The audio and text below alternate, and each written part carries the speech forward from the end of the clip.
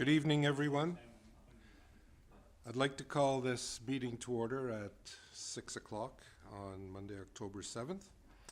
And I'd like to welcome you all to our Committee of the Whole meeting for Monday, October 7th. I welcome all our staff, guests in attendance today, either in person or virtually, as well as those who will view these proceedings at a later date. I'm Councillor Richard Novak, and I am joined today by my colleagues from my far left, Mayor McNeil Smith, Councillor O'Keefe, Councillor Rintoul, and from my far right, Councillor Duck, Councillor Duncan, and Councillor Garnett. I'd like to first acknowledge that we're privileged to live, work, and play on the ancestral and unceded territory of the Wasanic nations, the Pakwachan, Sartlip, Sekam, Saut, and Malahat, whose stewardship of these lands and waters from time immemorial have allowed us to flourish here today. Next order of business is the approval of the agenda. Are there any changes or modifications needed? Then can I have a motion to accept the agenda as published? Councillor Duck, Mayor McNeil Smith, all in favor, none opposed. Agenda is approved. So we now come to the public participation period. This allows members of the public to speak to any of the items on the agenda. Today, public participation is limited to those agenda items which do not have dedicated presentation components, and both items 7A and 7B have such components. Speakers are asked to limit their comments to 4 minutes. So I'll ask for the first time if there's anyone who wishes to speak to the committee. Please come to the lectern, press the little button there so the red light lights up, and tell us who you are and where you live. Okay. Thank you for the opportunity to speak to Mr. Wainwright's presentation on behalf of myself, Nigel Scott, and other concerned homeowners of Roberts Bay. I reside at 10239 5th Street. Mr. Wainwright advocates the resurrection of the cancelled Mermaid Creek Salt Marsh Expansion Project and the abrogation of common law riparian rights. To Mr. Wainwright's first point regarding the Salt Marsh Expansion Project, Phase 1 of this project has to date been a total failure, with none of the plantings surviving. Phase 2 of the project, and Mr. Wainwright's slides also, contain claims relating to the project's effects of sea level rise, carbon capture, storm surges, and various other environmental issues. We will be submitting numerous documents to you which question these claims and highlight inaccuracies. These have all been previously submitted to the provincial regulating body. We hope you will take the time to read and consider them. Mr. Wainwright's second area of concern seems to be administratively centered and features the town flood construction level, reduced grandfathered setbacks, and common law riparian rights. We will be submitting a much more detailed critique of this section, but for now, limit ourselves to the following comments. The province of BC has a robust, fact-based evaluation process in place for projects such as this, overseen by a competent senior land officer. We've been informed this process includes internal and external scientific reviews of any such project, and any decision is based strictly on the merits of the project. As concerned homeowners, we were confident this offered a fair and unbiased evaluation of the project and trusted this process. Mr. Wainwright and the proponents for this project claim that through this process, the project proponents were required to obtain consent from 5 upland property owners. This was not possible to resolve within the funding deadline to initiate the work. The project partners had no option but to cancel the project and withdraw the application. We can categorically state that none of the 5 homeowners whose consent was required have ever been contacted at any time to discuss their consent by any individual or organization connected with this project, including Mr. Wainwright. The executive director of the main proponent is reported as saying, some of the property owners approached the province and threatened legal action against the province if the society were issued the Crown license. Again, we can definitively state that there was never any threat of legal action against the province initiated by the homeowners. As outlined in the provincial guidelines for assessment of such a project, the issue of riparian rights is included in the provincial decision-making process and decided solely by the province. Mr. Wainwright's list of possible actions the town could take to address his concerns is rather alarming and raises several questions.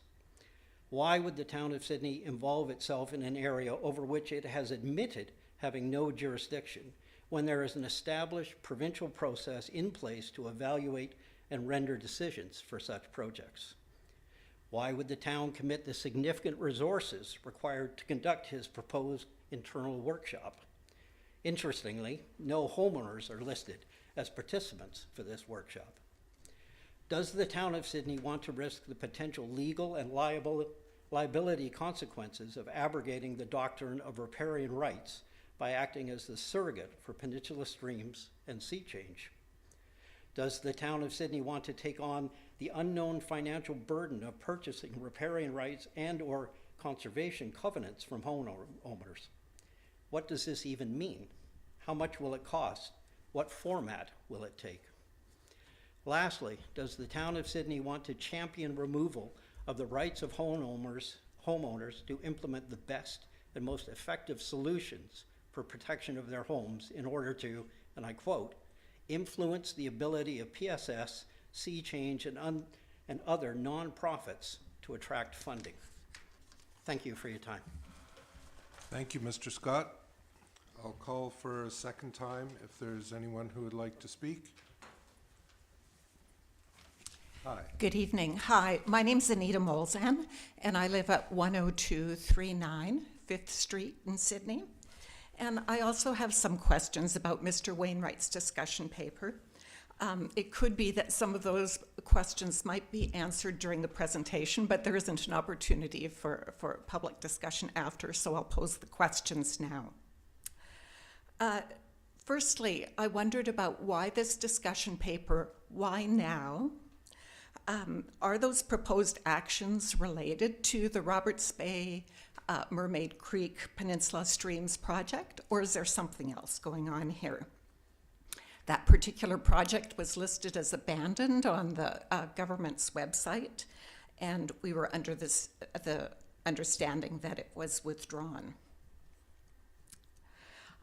Secondly, in the discussion paper, it was noted that the town of Sydney has no jurisdiction over foreshore activities.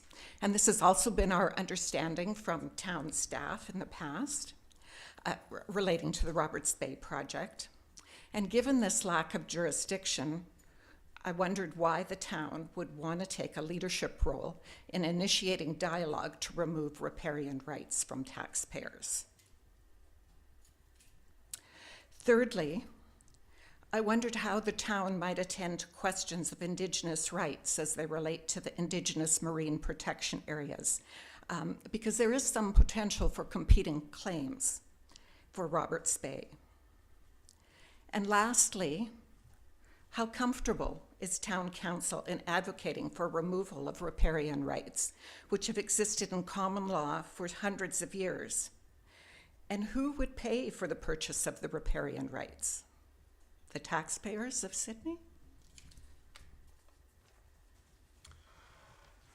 Thank you very much. I'll call again for anybody who wishes to speak to this committee. Hi there. Hi, good evening. I'm a resident of Sydney, Committee of the Whole. Residents were not consulted, but we watched as many truckloads of dirt was dumped into Mermaid Creek. The town of Sydney posted a notice afterward.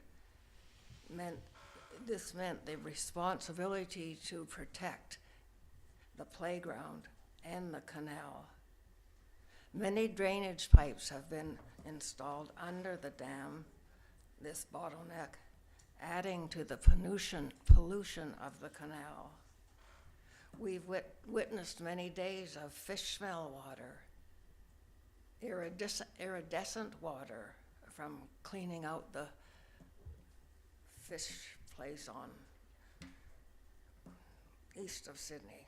Recently, a white canal for 2 days from house paint where they were painting a house. When ocean water travels up the canal and slams into this bottleneck playground with the small culvert under it, sometimes it bounces 10 feet in the air. We believe this small culvert should be bigger.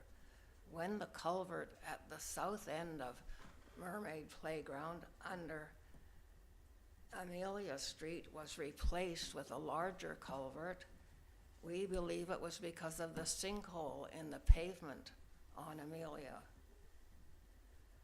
Another environmentally friendly option would be possibly daylighting Mermaid Creek.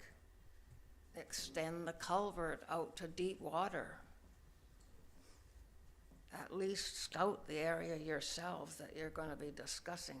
Start at the beginning, Mermaid Creek, draining from the airport, polluted. Visible from Amherst behind the pump station.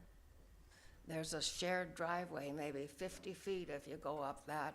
You can look down and see a meandering Mermaid Creek where the ocean water now cannot run freely to.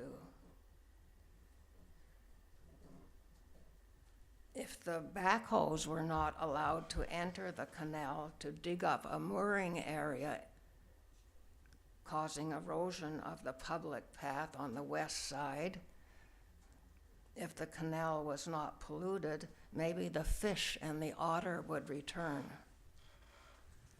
On TV, Nature of Things, erosion along the coast of Maine was placed only with large rocks here and there. The government surveyor at Ardwell in Roberts Bay also placed large rocks in front of his house. It took him 2 years to get the permit, and it stopped the erosion in front of his house. Dying of the plants being washed around the bay is the end product. A huge breakwater and unproven huge backwater is unnecessary. So the breakwater should get a lot of conversation this evening about it. It's unnecessary. Thank you. Thank you, ma'am. Is there anybody else who would like to address the committee? I'll ask for a third and final time. Is there anybody who would like to make a presentation to Committee of the Whole? None?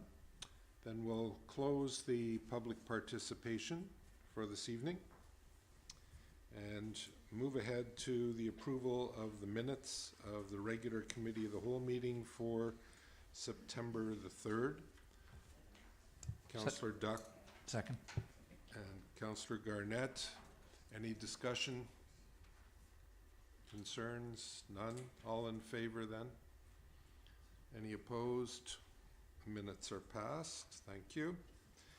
We'll now move to item 6A of the agenda, which is a presentation from Peter Wainwright on Roberts Bay.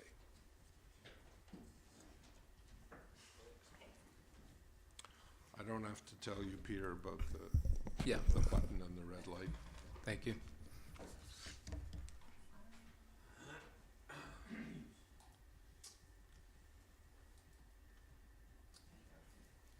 Great. I'm just going to make sure that works. Okay. Thank you, Committee of the Whole. And I'm going to deviate a little bit from what I had planned to try to respond to some of the questions that were raised. So first thing I'm going to say is there seems to be a huge misunderstanding because I'm not actually advocating for the restoration project that Peninsula Streams and Sea Change had put forward before. I actually have nothing to do with those organizations. I don't speak for them, and I'm afraid I can't answer any questions that you might be trying to direct. So I'm here actually on behalf of Radio Sydney, and one of the questions was, why now? So Radio Sydney, I'm part of the news team, and we follow several stories. One of them was the restoration project that was proposed and didn't go through. Another story was actually the zoning bylaw. Another one was the town's work on sea level rise and flood and inundation mapping. And also, of course, I was around for the OCP, so I've got kind of all the background of what the OCP says about the ESAs and kind of how. At any rate, after many weeks, I noticed a certain amount of synergy between those stories. And as a result of that, I saw a problem, a planning problem, where it looks like the outcomes that are desired in the OCP with respect to Roberts Bay are not likely to be achieved. Anyway, one of the things that Radio Sydney does is we just try to bring information forward. So here I am, you've got a discussion paper, you've got, you know, all the background, and what I'd like to do is just try to go through that briefly. And there are a variety of things that are in the discussion paper that I'm barely going to touch on because I have a limited amount of time. So to start off with, that's Roberts Bay from our OCP. And Roberts Bay ecologically is very significant. It's regionally significant to the Salish Sea. It's also significant to the Northwest Pacific Flyway. And it's significant for a bunch of other reasons as well. That's why it got designated as an ESA, and it's actually a fairly nuanced approach. Every property bordering Roberts Bay is part of that ESA. I could spend the whole 10 minutes going through the ecological significance. If you don't understand that stuff, if you need more, we'll be happy to do a presentation later. But it's not only ecological significance. Recreational use, aesthetics, a variety of other stuff. And actually, if you look at the town's coat of arms, the bufflehead ducks on it, you're not likely going to see them anywhere else in Sydney except Roberts Bay. Now, our OCP is pretty clear on the vision for Roberts Bay and what they want to see happen. And those are a series of, you know, pictures, guidelines, whatever, the OCP. And, you know, clearly it's towards green shores. And in fact, you're not allowed to do seawalls or hardened shorelines if there isn't any alternative. However, it's not just that stuff. So Coastal Ocean Research did a study of Roberts Bay, and they were estimating the carbon sequestration of the salt marsh and the eelgrass bed. So that's what those numbers are. Now, unfortunately, they simply presented the numbers, and they didn't tell you what that's equivalent to. So if you look it up with NRCan, they'll tell you that that range is equivalent to 729 to 1,276 vehicles on the road annually. Or it's equivalent to 400 hectares of mature coastal forest. Well, keep in mind, Sydney is only 502 hectares. So that is pretty big in terms of significance towards the climate actions and the climate action plan, way more significant than the annual tree planting that you do. Unfortunately, things aren't going the direction we want. So this is out of the Coastal and Oceans report. And they looked at what's happened with the salt marsh over time. They used aerial photography. They mapped the extent of the salt marsh, and you can see that it's gotten a lot smaller since 1964. So basically, we're not going in the direction that the OCP wants us to go. So why is that happening? Basically, well, actually, we're not likely to turn things around the way that we've got things in the OCP. And the problem is a combination of three things. The first one is flood construction level, which is provincial, right? So we don't have a choice. Another one is it's a result of some grandfathered setbacks from the natural boundary. Again, that's provincial. we don't have a choice. And there's also a common law right to protect against erosion. Now that's actually not very significant, but it's part of the mix, okay? So let's look at the first piece of the puzzle, the flood construction level. So this is the best information we've got currently. The town's actually working on some updated mapping. You're expecting that in the spring. But this is CRD's extent of flooding, and this is based on the provincial guideline of how you set FCL, okay? So it's based on 2-meter relative sea level rise and a 0.5% AEP, which is engineering for a 1 in 200 year storm, okay? So you note that says not likely to happen till 22, 25? Yeah, so it is happening slowly. The thing is, you're required by the provincial guidelines and the engineering guidelines to use that scenario as the basis for setting FCL. So when we look at the area that's going to get inundated, that's the area that's going to have to increase to FCL. Now, I'm going to point out one other thing. The true scenario should also recognize that there might be an atmospheric river going on and that Mermaid Creek will have a major discharge. That is strictly sea level and a storm, like wind and waves. That's not assuming a major discharge. So it's actually going to be worse than that, potentially. Okay, so let's have a look at what that actually means. I'm going to zoom in on that area. And what we're doing now is we're actually looking at the topography and the parcels. And the various speakers tonight live in various places on this map. So the yellow lines are the elevation contours. The one closest to the water is a 2-meter contour. The one farther away is a 3-meter contour. I'm not sure if I can point with this, whether you can see it.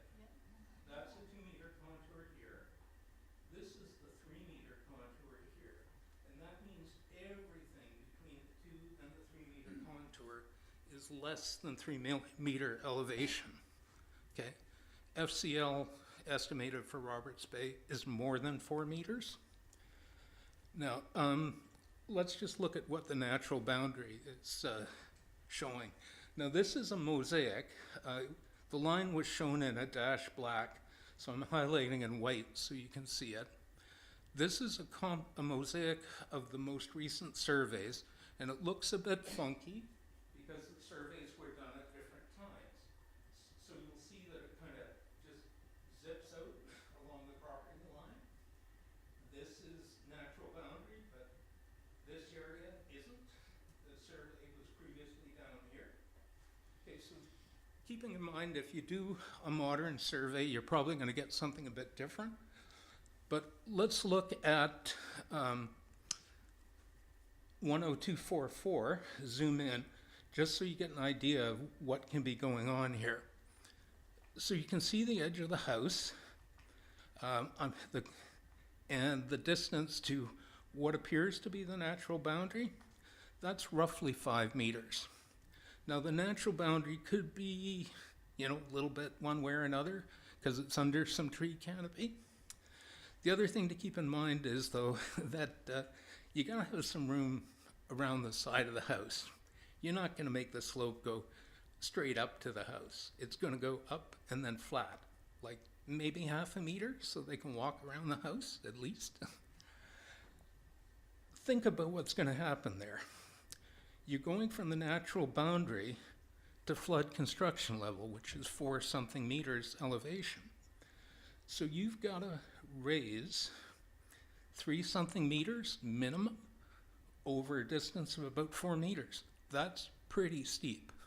You can't do that and expect it to be stable without hardening it. So basically, the requirement for FCL forces hardening of the shoreline where you've got a grandfathered situation, which you do here. And part of the problem with this is that what one property does forces the next property to follow suit. Because if one side is armored and the river is flowing hard, it has the opportunity to basically create an eddy at the edge of the seawall, unless the adjacent property has done something to protect themselves too. So what happens is that the actions of one property owner basically affect the options for everybody around them. Okay. And this isn't like evil intent or anything like that. It's just, this is what flood construction means and grandfathering means. And I've said nothing about the common law right stuff in this. So, how do we fix this so that we can move towards what the OCP wants? Well, actually, unfortunately, it's a little bit more complicated. This isn't in the discussion paper. I've continued to work on this stuff, and some of this information is actually in the DHI report. It just didn't get emphasized enough.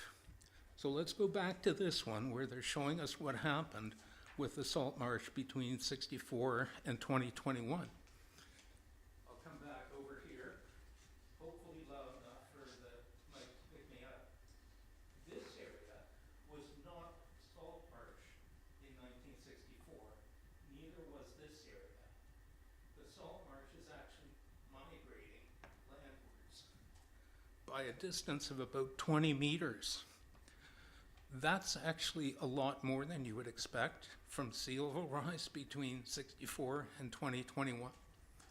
Okay, that's not the only indicator of something going on. If you look at the stretch of the shoreline north of the Ardwell Beach access, you'll see a bunch, not a bunch, there's several large mature trees that are important to wildlife as roosts and stuff. They are way too close to the natural boundary to have grown there with the natural boundary in that location. That's telling you the natural boundary was farther out when those trees were younger. Fortunately, they're very old trees. I'm just going to comment. Those images came from Pacific Salmon Foundation. I'll come back to that in a minute. So, trying to look into this a bit further, I started looking at historical, like what did Roberts Bay look like before? So I've actually done some searches in the National Air Photo Library, and they're coming. They didn't get here in time for tonight. That, though, is one of the, out of the BC archive, and that's from 1964, May 15th, 1964, and that is not low tide. Oh. So you can see there's quite a bit more sediment in this area, and there's quite a bit more sediment on the outside too. And it's kind of hard to tell in here, but that looks like way more than was there before. And one of the interesting things is the Roberts Bay Wharf. Look how far out that goes. That was built roughly 1910, and they had to go out that far to get to deep water. Oh. Anyway, there's something going on more than sea level rise. And actually, the areas that seem to be most at risk, and I'll just point them out on this, are the area around the mouth of Mermaid Creek and along the shoreline kind of north of the Ardwell Beach access. Now, like I say, this is all fairly new information, still trying to pull together the research, but it looks like there's some coastal processes affecting the shoreline that we don't actually understand. And that's something that would also have to be taken into account when you figure out what FCL is and what should be done about it. Okay, so I was trying to kind of wrap my head around the extent of this and what you do about it. So I contacted Development Services and I asked them, do we have information on the seawalls? You know, a map of where the seawalls are in Roberts Bay. And actually, no. Some of them go back before the permitting system, and the permitting system wasn't actually intended to be able to pull out information about who has seawalls and who doesn't. Anyway, so we thought, myself and a few volunteers would do a survey. And I'll thank Jocelyn Gifford, Jane Hunter, and Bob Peart for assisting me with that. This particular slide is a habitat map that Sea Change did from 2020, and it's hard to see, but they actually have a bright green line, there it is, which is indicating seawalls. But they didn't do it by parcel, and it's not really good enough for, you know, what we were looking for. But according to them, in 2020, 73% of the shoreline was hardened. Anyway, we started doing our survey, and we did the section from the Ardwell beach access up to Big Rock Road, which is basically the northern tip. So that's about not quite 50% the northern shore. And 37 of the 42 parcels we looked at, that's 88%, had a hardened shoreline to some extent, either full seawall, partial seawall, it might have been concrete, might have been riprap, whatever. Also a bit of interest that you'll see on here, there was mention of putting some boulders out.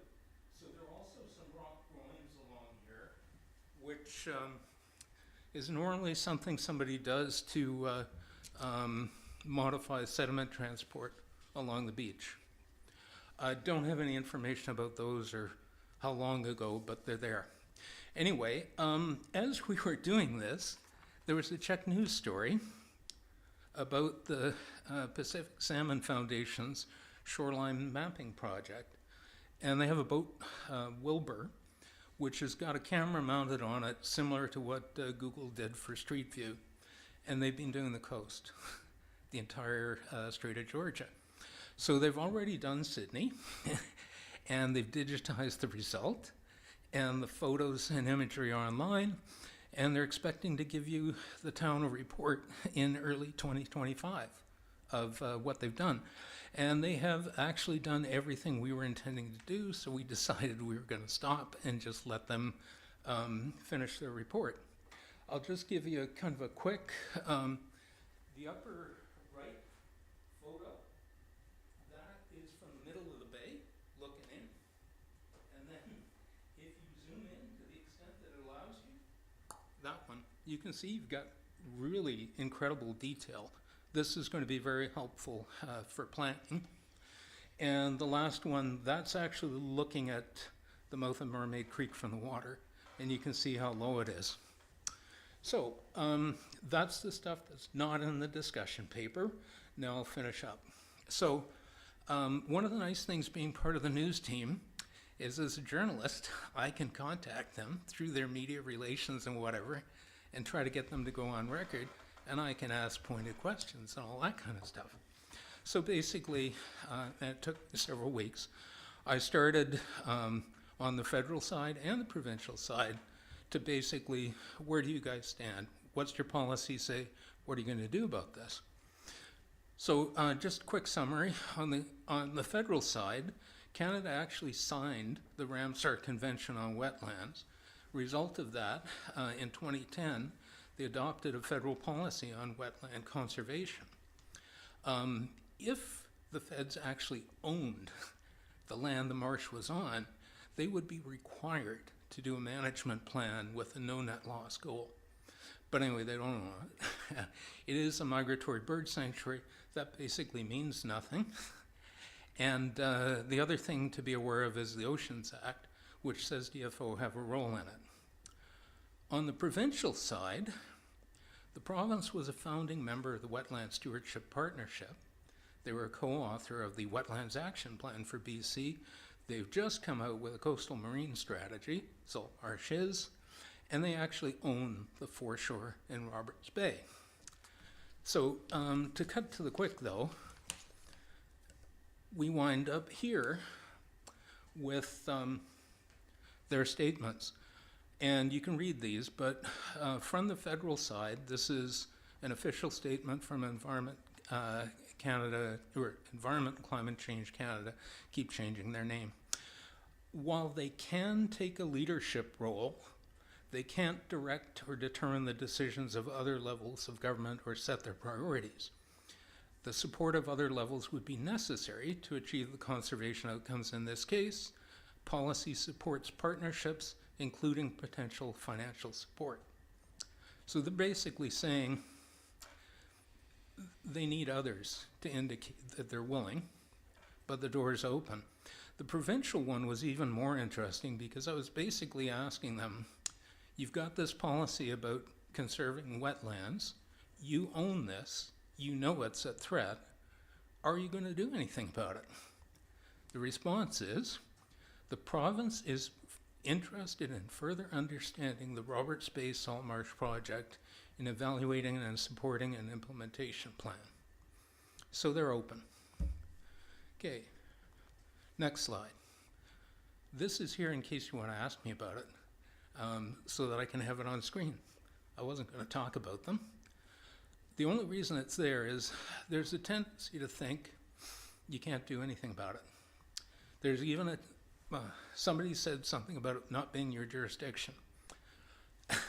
From the natural boundary up, and everything I was talking about, flood construction level, hardening of shoreline, all of that stuff, from the natural boundary up, that is the town's jurisdiction, clearly. Now, the province has got way more skin in the game. I mean, they own it, right? Sorry, I said I wasn't going to do this. My last slide is, are there any questions? Questions from committee? Councillor Duncan. Yeah, thank you, Mr. Wainwright. So nice to see you in the council again. There is a footnote. Well, I'm just going to say I remember which one it is, but it's that the lawyer's review. West Coast Environmental Law. Yes, there it is. Yep. Is expected to be completed by fall. Yep. Has it been completed, or are they still working on that? I have not had them confirm. What I did get out of that was the comment about the Oceans Act, because the Oceans Act says if anybody's going to do an integrated management plan of marine waters in Canada, DFO will either lead or facilitate. Oh, Okay. thanks. I spent too much time working in environmental restoration to feel super jazzed about the speed at which government will move, but thank you. This is interesting that we may be finally reaching one of those tipping points with all these layers of government that happens so rarely, but with such great force sometimes. So thank you. Any other questions? Councillor O'Keefe. Thank you. Thank you for the report, and very detailed, and all the maps and everything. It's appreciated to have somebody dive deep into this. I'm trying to get a better understanding of whether is the takeaway from this that the issue of the riparian rights is something that needs to be dealt with, and without that we can't go forward with restoration. Is that kind of what? No. Oh, okay. So the clock ran out. The application that Peninsula Streams and Sea Change put in wasn't denied, but their funding required them to have shovels in the ground faster than they could possibly get that approval, so they withdrew. If they tried again with a longer timeline, they might succeed. Something I should mention that actually really important that the landowners probably didn't pick up on, and I'm just going to back us up to the point where I can show you. Yep, here. Okay, so I don't know exactly how big the footprint under the house, the area, but at least 100 square meters. It's got to go up at least a couple of meters. Okay, so you're looking at, what's that?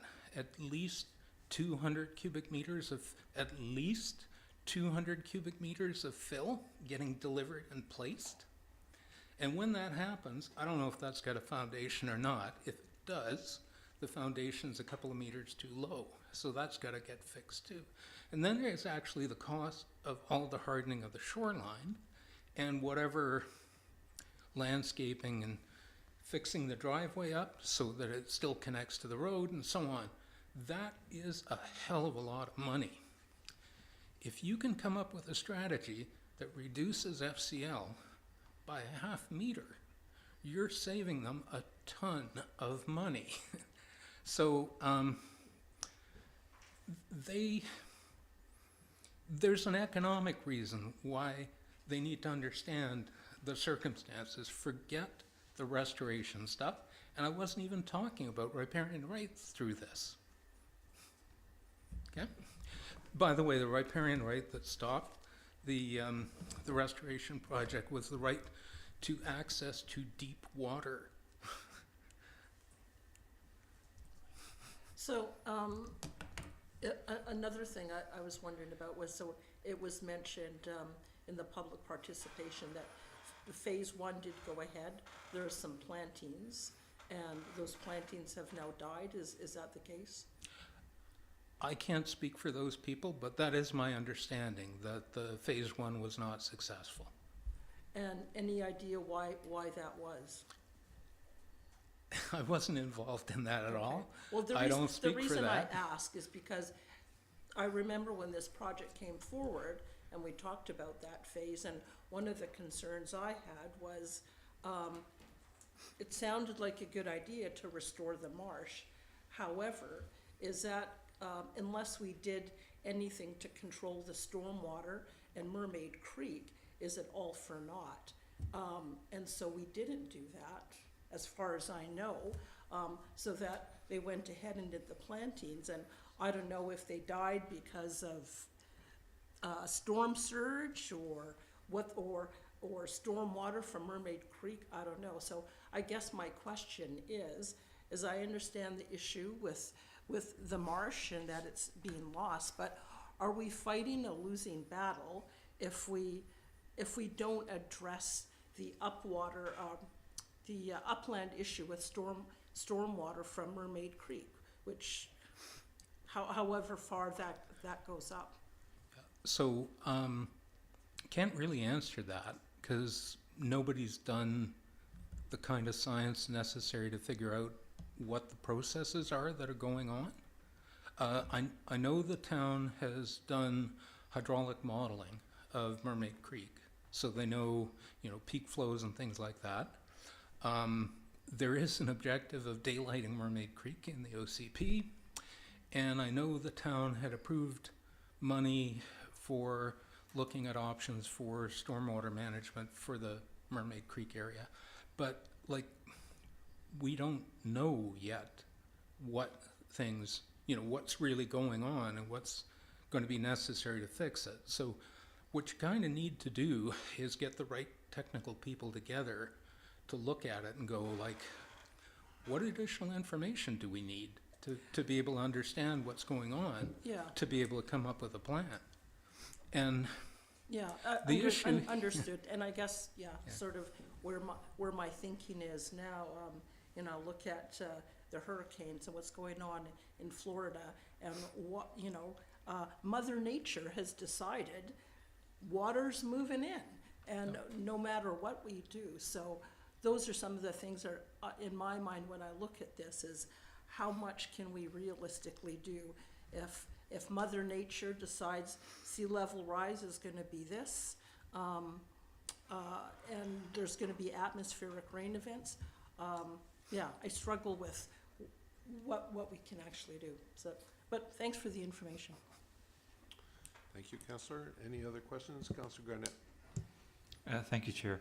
I was just there on the weekend, and the natural fencing that was put in is still there, but it appears to me that none of the plants survived. So thank you very much for your presentation, Mr. Wainwright. It's so weird to say that. Get used to it. And looking at the diagram, current status and trends from Corey in 2022, showing what the marsh looked at like in 2021, it appeared to me from being there on the weekend that it's actually even less than that now, only 3 years later. So I think what they're talking about how much it would be pulling back is definitely evident even from the naked eye. My one question for you is, because I'm not that knowledgeable on any of this stuff, you mentioned a conservation covenant. Can you explain what exactly that is, or what that would pertain to? Okay, conservation covenant. A covenant is a condition that you can register on title.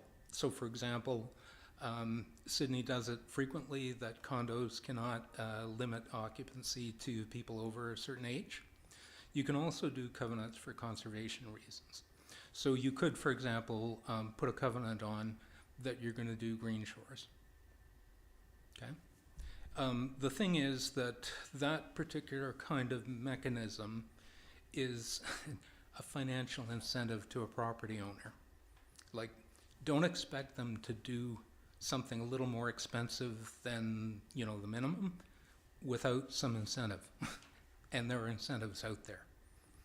They also have to understand that financially they have a lot of interest in somebody solving this problem. It's way more expensive for an individual property owner than collectively. Thank you. Thank you, Chair. Any other questions? Councillor Rintoul. Thank you, Chair. Thank you for the presentation. Would you return to the slide, the response from the feds and the province, please? Sure.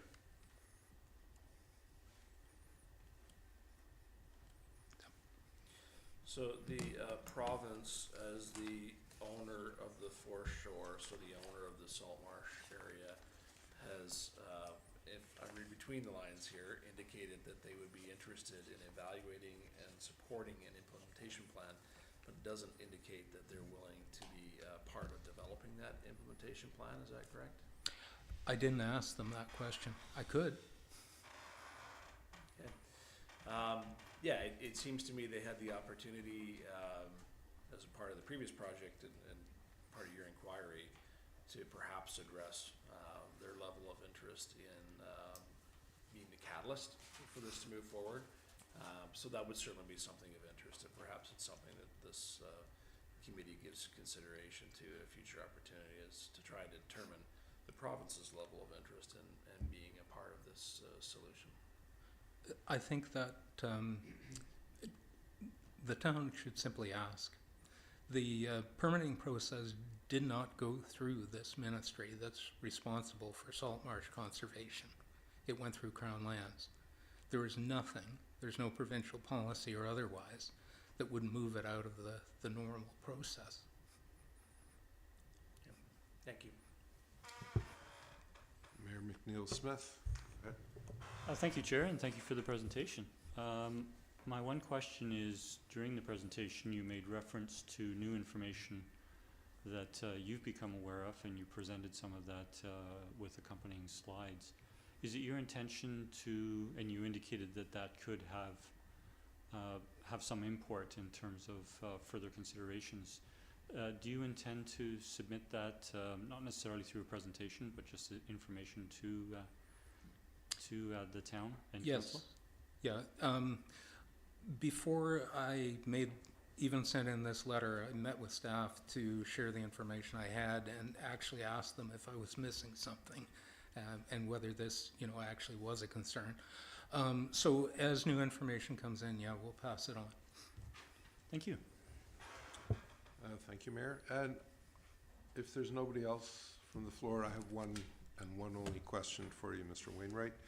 And that is, are you aware of any initiative to involve the landowners in the area of the Salt Marsh and Roberts Creek for any eventual either remediation project or restoration project or whatever is planned to address the issues that you've described? I'm not aware of anybody putting forward a proposal to do anything about Roberts Bay, and therefore I'm not aware of anybody looking to talk to anybody about things. What I've done is I've simply said, there looks like there's a problem that is within your jurisdiction. Yes, I think you can do something about it. Over to you. Thank you very much. Councillor O'Keefe? Yeah, sorry, just one more thing. And,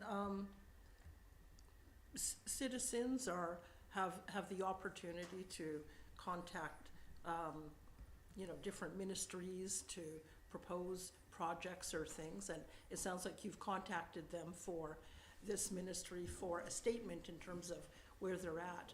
But, since this is not something that is in the town's jurisdiction, have you as a citizen or the group of people that you're working with considered contacting the ministry directly in regards to doing something on this? Well, a logical follow-up for me is to put this information forward to CRD, because they've got an environmental protection and management team. Also to our MP, because there's a federal aspect, so that she can, and after the election, depending, who the MLA is, through them as well, to move it forward, because there appears to be a gap in provincial policy with respect to coastal salt marshes.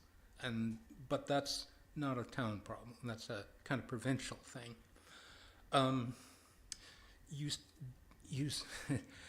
However, you said something about the town not having jurisdiction. You do. Your zoning is over the entire Roberts Bay. You control uses through that zoning, right? You control things like boat launches, boat houses, all that kind of stuff. And, your jurisdiction, that jurisdiction is over the entire bay. You also have a greater jurisdiction from the natural boundary up. So yeah, you do have jurisdiction. Okay, that wasn't my takeaway from references that you made in the report, but thanks for that.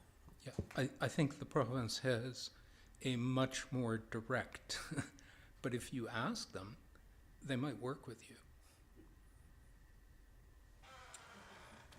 Any Thank other you. questions? Councillor Duck? Yes, thank you, Mr. Wainwright, for that very informative presentation. I think what you brought to light is a lot of information that just provides some clarification. And one question, because it appears in this case the province has the bigger role here. And I'm guessing by your presentation that Sydney is just one blip on the map of the entire province, and that this exists in other locations as well. And one of your proposals is suggesting AVICC and UBCM address this. Are you aware of other locales that are in similar circumstances, and maybe we should be contacting them to see what can be done? So, yes, there's nothing, this is not a unique situation. The Gorge, for example, is an area, and Esquimalt Lagoon by Royal Roads University is an area with a different set of challenges, but that's an ecologically important lagoon, eelgrass beds and all that. It's got a barrier strip that's threatened by a sea level rise, change coastal processes, and they've got waterfront property owners, and they have to figure out what to do. The one thing that I think Sydney, one thing is that there's quite a lot of information about Roberts Bay. Roberts Bay is really significant. Roberts Bay is very accessible. It's an urban area, it's easy to get to, it's been very well studied. It is potentially a pilot project for how you address things like this that could be rolled out to other areas. So you've got some interest out of the ENGOs, Environmental Non-Government Organizations. Pacific Salmon Foundation, for example, is quite interested. Is Sydney going to do something about this, and can they help? And I think you'll find the same with some of the other NGOs.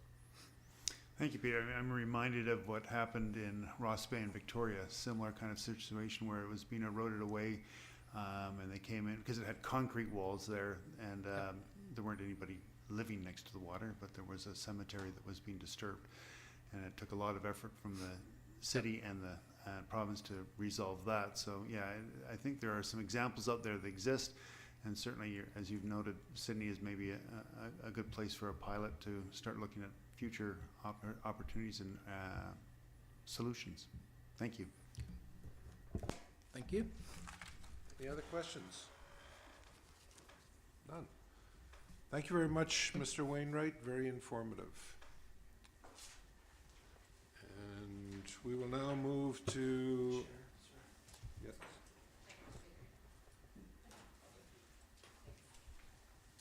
Go ahead. Thank you, Chair.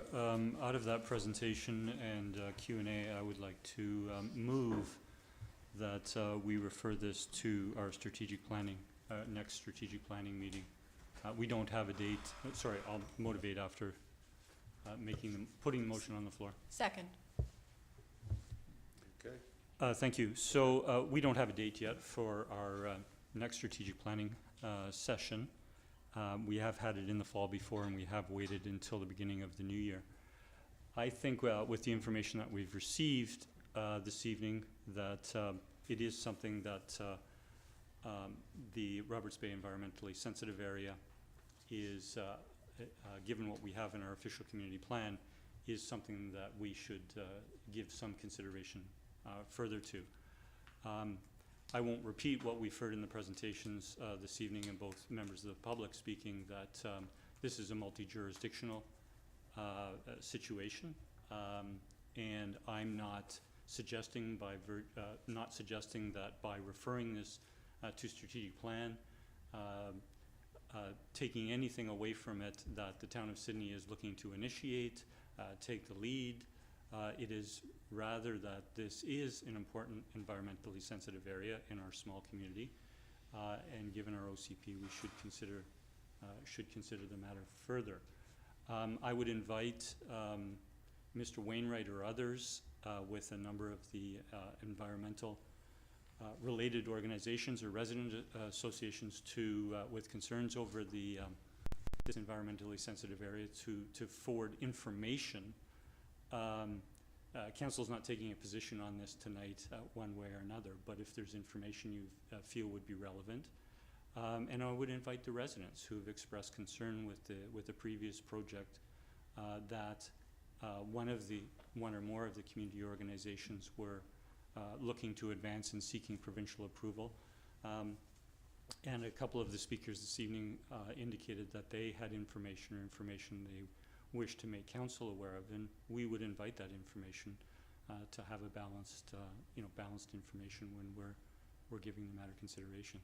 I'll leave my comments there. Thank you. Thank you, Mayor. And Councillor Duncan? Yeah, thank you. I think one of the things that gives this the weight to bringing this forward to strategic planning is that while we do have this in the OCP, as one of the things that was mentioned in the presentation was to explore daylighting Mermaid Creek, which was kind of an 80-year plan as that neighborhood would be expected to redevelop, and to encourage the redevelopment in such a way that would be possible. The province's new housing bills have perhaps maybe added some acceleration to that would be seen even above what we were expecting in our OCP, which means that it might be something that we should start looking at now. And I think this is an opportunity to look at the thorny issues we have. That creek probably never should have been put in a culvert. Urban streams probably never shouldn't have been. This was a bad idea people had over the past century for building design, and it was a bad idea to build things in the way we've done. And so rather than doubling down on trying to save building forms that probably were not compatible with nature's laws in the first place, we look at a way to meet her in the middle before she takes it out of our hands, I think, in ways that Councillor O'Keefe alluded to tonight.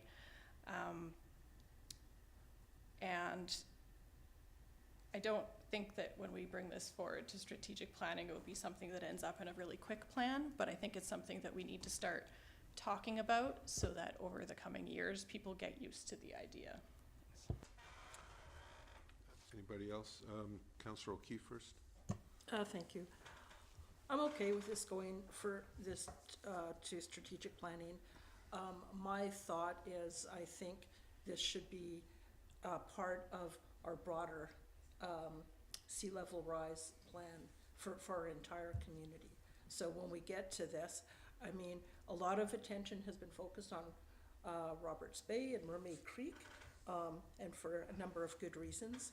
But we have lots of shoreline and lots of areas that are going to be impacted by sea level rise. So when we talk about this at strategic planning, what I'll be looking for is a big picture plan for our community, because as we've talked about before, what you do in one area is going to impact adjacent areas. So that's what I'll be looking to do when we talk about this at strategic planning. Thank you. Thank you, Councillor. Any other first-time speakers on this? Councillor Vento. Yeah, thank you, Chair. I'll support moving this to strategic planning for further discussion. You know, it's a matter that's not going to go away clearly or end well if we don't continue these discussions for either homeowners, you know, or for concerns by other agencies that are looking to rehabilitate salt marshes, for example. But I concur with Councillor Keith. I think there's an opportunity to fold this into some of the other initiatives the town will have to plan for in other areas of the community. And I think one of the speakers earlier this evening mentioned, you know, what's the root of this problem, and taking a critical look at Mermaid Creek itself, as Councillor Duncan alluded to, and what has happened there over the years. So there is a role for the town in this. I do agree as to be part of a solution, or at least part of efforts to mitigate damage that's occurred in the past. So I'm happy to see this discussion continue. Thank you. Welcome. Anybody else for the first time? Mayor McNeil Smith, go ahead. Thank you, Chair. And there were a couple of other points I meant to add. And Councillor Keefe has given reference to one, in that while Roberts Bay is an environmentally sensitive area, and we've information has been brought forward and through the previous project with regards to the ecological value, the environmental value, and restoration. There is the reality that Mr. Wainwright presented, but Council is well aware, because staff have already proceeded advancing information so that we can move in a direction with regards to flood control level. And I just want to be clear that I believe the year was 2018 or thereabouts, that the province imposed on all municipalities in the province on waterfront that they would have to take into account flood control level. And so when new development, redevelopment proposals come forward to municipalities, engineer has to sign off on flood control level. The CRD spent many hundreds of thousands providing the data, having the studies done, and providing the data that the 13 municipalities in the capital region can use with regards to flood control level. But we have seen since 2018, since the province imposed that on local government, it coming into play. We've seen developments on Lochside Drive. We've seen developments on other properties close to our waterfront or across the street from our waterfront, or even 2 or 3 blocks in the Orchard neighborhood. Taking into account, there's a necessity of flood control level. We'll have a presentation on a development on 3rd Street, which is 3 blocks in, and there is reference in the report to an engineer signing off on a flood control level. So our municipality, just like others along the coast, is going to be dealing with this going forward. Our staff took the initiative, brought forward to council in previous strategic plan and staff planning that we're acquiring more information specific to Sydney with regards to flood control level. And that's, as Councillor O'Keefe made reference to, apart from a specific with regards to Roberts Bay, we'll be dealing with flood control level, continuing to do that, and sea level rise and storage surge impacts through our planning going forward. And I just want to lastly add that through any of the initiatives, as the initiatives that the town, significant initiatives, whether it's been OCP, whether it's zoning, whether it's whether it's our climate action plan, and so on, is public engagement is important. To our council, is important to the town as a whole, and will certainly do that necessary public engagement going forward. Thank you, Mayor. Anybody else? We'll call the question. Do we need to read back the motion, or we're okay with it? All in favor? Any opposed? Carried, thank you. All right, we can move now to agenda item 7A, and this is a development variance permit application number DV 100362 at 2306 Beacon Avenue to relax the sign bylaw regulations in order to allow 2 roof signs. We have a presentation from the applicant, Lauren Points. Welcome. Just press the little button there. You're good to go. Yeah. You're good to go. Good evening, Mayor McNeil-Smith, honorable councillors, and members of the town of Sydney, a few left. My name is Lauren McKim. I am representing a collective co-working, the newest addition to Beacon Ave, a project that is very close to my heart, not just as its founder, but also as a long-standing member of this community. Tonight, I'm here to ask for your understanding and support in a variance to the sign bylaw, allowing us to place 2 signs on the parapet of our building at 2306 Beacon Avenue. Let me begin by sharing a bit of my family history. My grandfather, George F. McKim, built this building in the early 1980s when the sign regulations were very different from what they are today. For years, this portion of the building was home to our family-run Smitty's restaurant, and the parapet on Beacon Avenue held signage for both the restaurant and the Best Western, which is now the Best Western plus Emerald Isle. Our family's roots run deep here, and over decades, we've seen Sydney grow and transform, with the building always playing a part in the community story. Now we're writing a new chapter with this collective co-working. We envision it becoming a hub of creativity, connection, and energy to help contribute to the revitalization of the west side of Beacon Ave. In the few short weeks we've been open, we've already received an incredible amount of support and excitement from our community. People are thrilled to have a space like this where they can work close to home and connect more deeply with local businesses and the people of Sydney. However, we face a significant technical challenge, one I hope you can sympathize with. The architectural features of our building limit where we can place signage. The building's sloped roof leaves no wall space for a sign to comply with the current bylaw.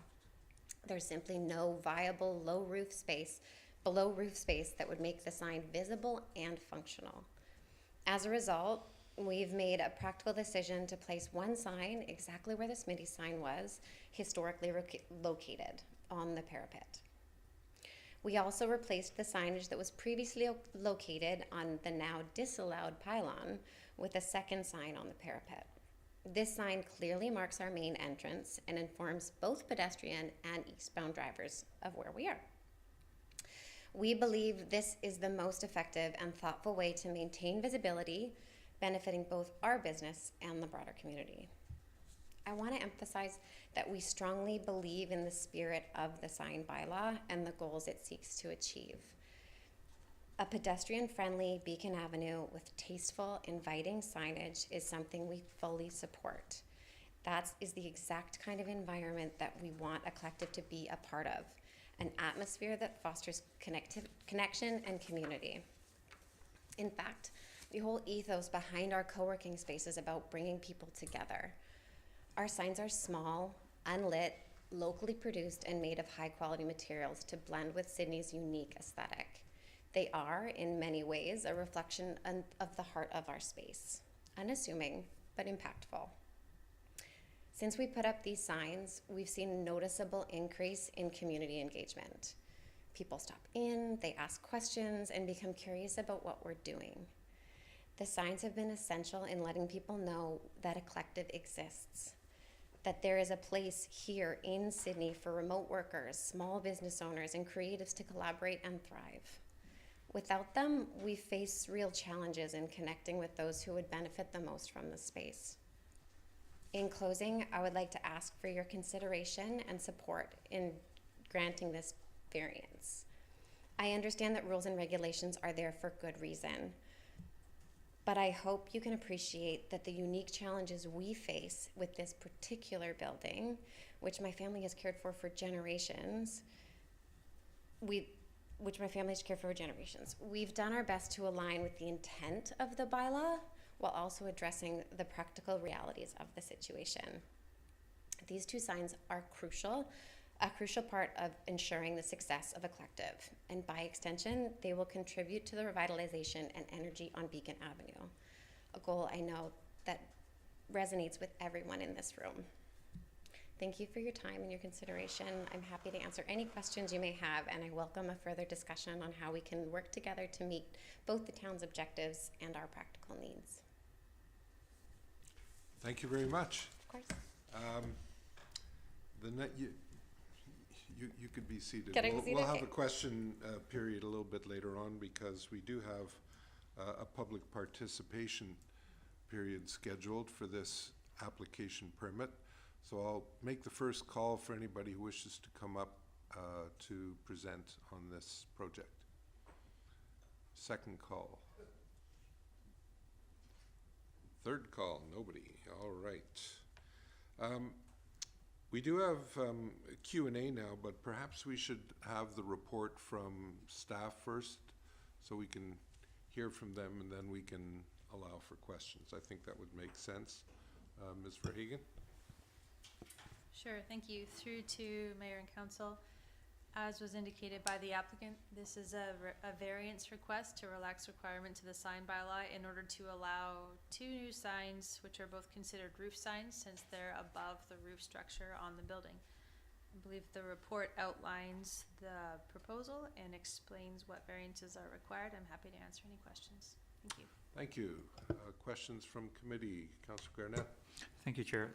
Through you to staff, as this was an application that came to us previously on granting permitted use of a variance before, at that point in time when the discussions were going on with the applicant, with staff, was there any indication where the signs would be at that point in time, or was that not something that was addressed? Through to Councillor Garnett, I wasn't involved in any discussions about signage. There may have been some with other staff members. I'm not sure. Okay, thank you. Thank you, Chair. Any other questions? Councillor O'Keefe? Thank you. I just wonder if I should wait for the Sirens? sirens to go by. I guess a question through you to staff. So when I drove by the building today, there seems like there would be space on the side, the exterior wall of the building, either facing 7th, so I guess west facing or along Beacon. Are they allowed to have signs along there? Like if it was, kind of high up on the wall, close to the roof line, is that permitted? Through the chair to Councillor O'Keefe. So the town sign bylaw regulates where a fascia sign can go, which is a sign that's attached to the wall of the building. The south face of this building is, as it fronts onto Beacon Avenue, is mostly windows. I'm sure you can Right. imagine it. And there's a photo as an appendix to the staff report as well that illustrates that most of that south face of the building is windows that open into this business space. The area of solid building elevation where it's just cladding, siding material.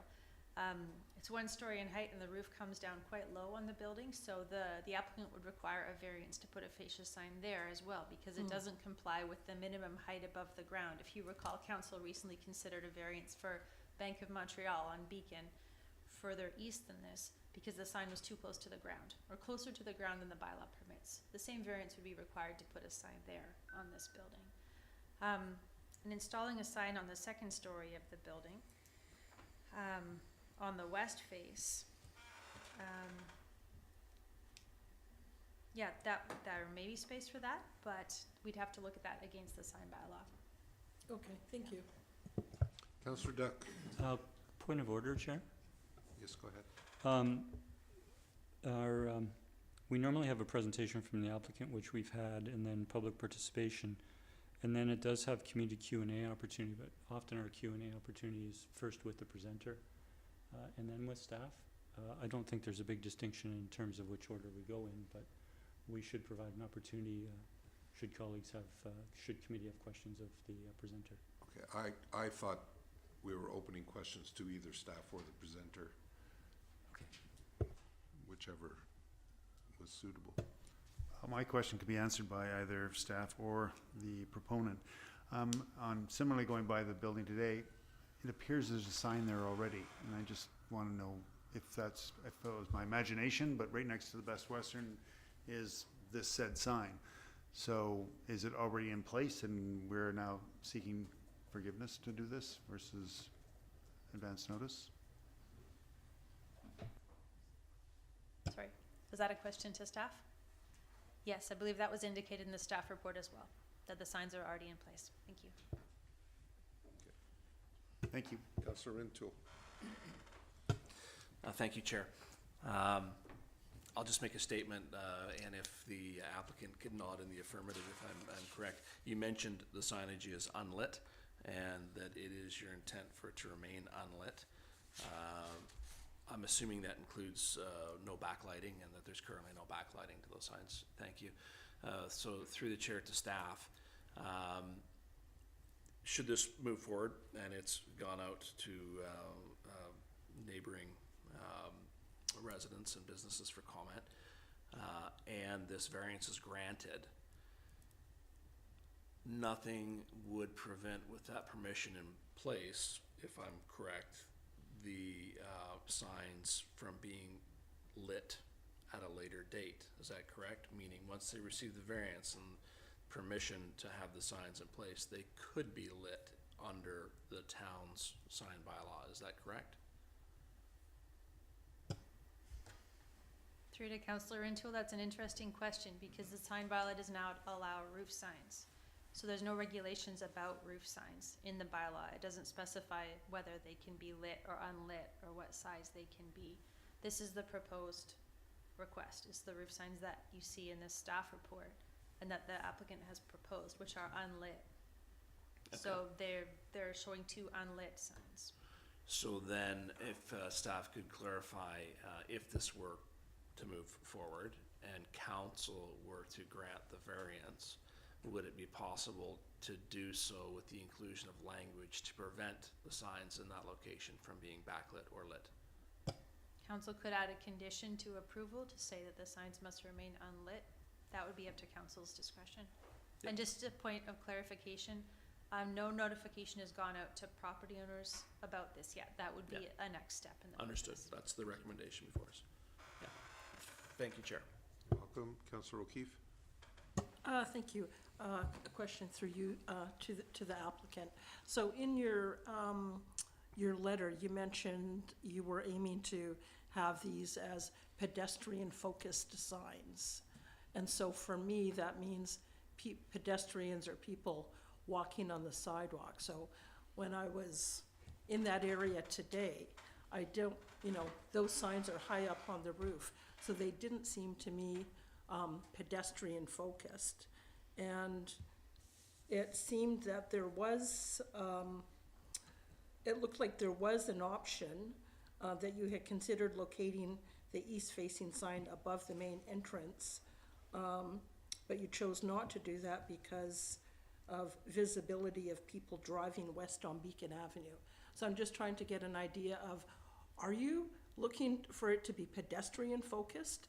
Because it's not, doesn't seem to be pedestrian focused. It seems you're more wanting to catch car traffic. So just, yeah. Yeah, please. So essentially, yes, we were trying to be as efficient as we could be with our signage. If we can put up one sign to do two jobs, we would rather do that because I think in my reading of the bylaw, I think the spirit is to be understated in our signage. I don't think, my thought was the previous pedestrian signage was on these large pylons that are somewhat unsightly. We do still have them on property because they have been part of our hotel signage for a very long time. So when I was thinking about that signage, I was thinking what would be a little bit more mindful of where we're trying to go, what other people are doing. And so my thought that, putting a sign down here and putting a sign over there and trying to catch eastbound traffic this way and westbound traffic that way would be sort of a greater insult to the nature of the bylaw.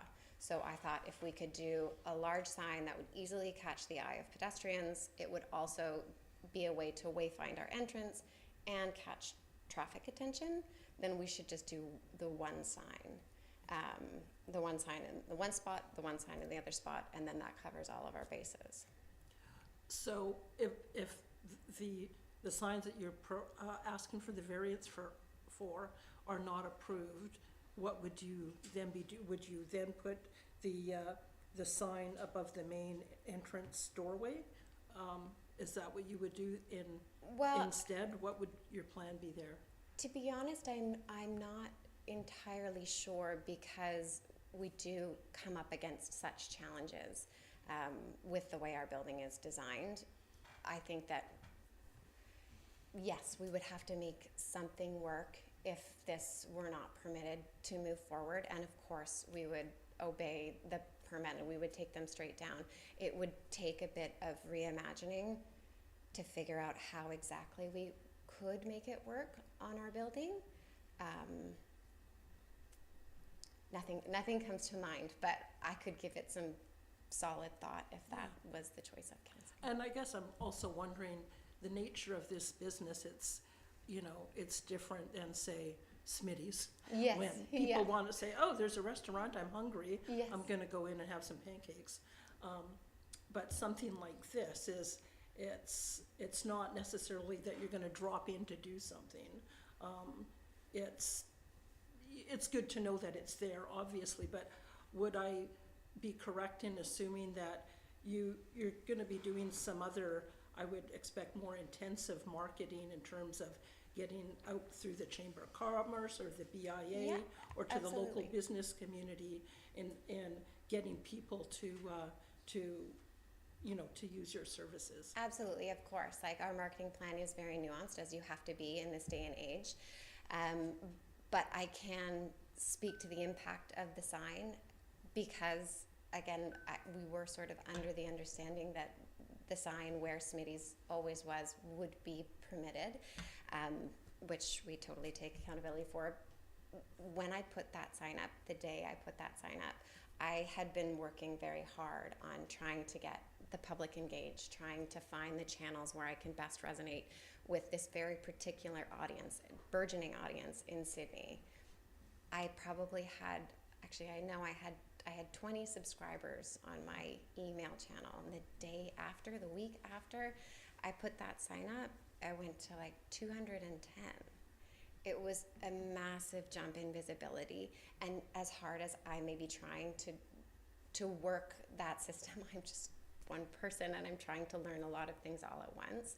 So sometimes old school is best, the sign, people do come in, they're like, what does that mean? What is work life? And it gives me this amazing opportunity to really connect with our community, because they do stop in because they're curious, because it's not just a restaurant, it's not just a boutique, it's not a spa. They really want to know what it is. Mm-hmm. And so I think that's kind of what I've Yeah, thanks for that. Councillor Garnett. Thank you, Mayor. Thank you for your presentation. I just have one question, and you've sort of already just kind of answered it to Councillor O'Keefe, but to me the obvious question is, why were the signs installed without approval of the town in the first place? I did not. So we only had the one sign to begin with, and it was a simple misunderstanding of the bylaw, and that is on me. I tried very hard to understand it, but I don't think I did. I thought because we had always had a sign there, we used the same electrical box, we used everything, all the infrastructure that we made beautiful in our attempt to sort of revitalize that corner. We made it beautiful, but we used everything that was already there. And so I think my understanding was that there was some sort of grandfathering in that being, the business in this space uses this sign. So yes, I put that sign up having not quite understood the sign bylaw as it states. And then we put up the second sign after we had a conversation with the bylaw people and they said, well, you're having a variance. And so we had already had the sign manufactured, and so it was we put it up and we put it up with our clear understanding that they would be taken down after any sort of variance was denied or proposed or whatnot. Thank you. Thank you. Any other questions? Councillor Duck, sorry. Thank you, and thank you for your presentation, and I welcome this business to our community. I think it's a very needed source. A follow-up to Councillor Keefe's question relative to pedestrian attraction. Are you giving some consideration to a sandwich board or something similar to that most of our businesses use? Yes, absolutely, I am.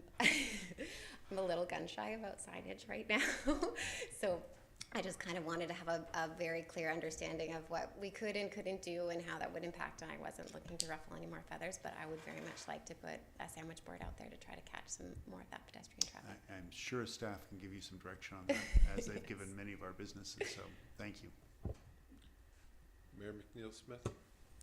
Thank you, Chair, and thank you for the presentation. I have a couple of questions, and one might be directed to staff, but the first is on the square part of the parapet, right on the corner, with the red and white Best Western facing west. Is that a lit sign? It's been there for a very long time, but is it a lit sign?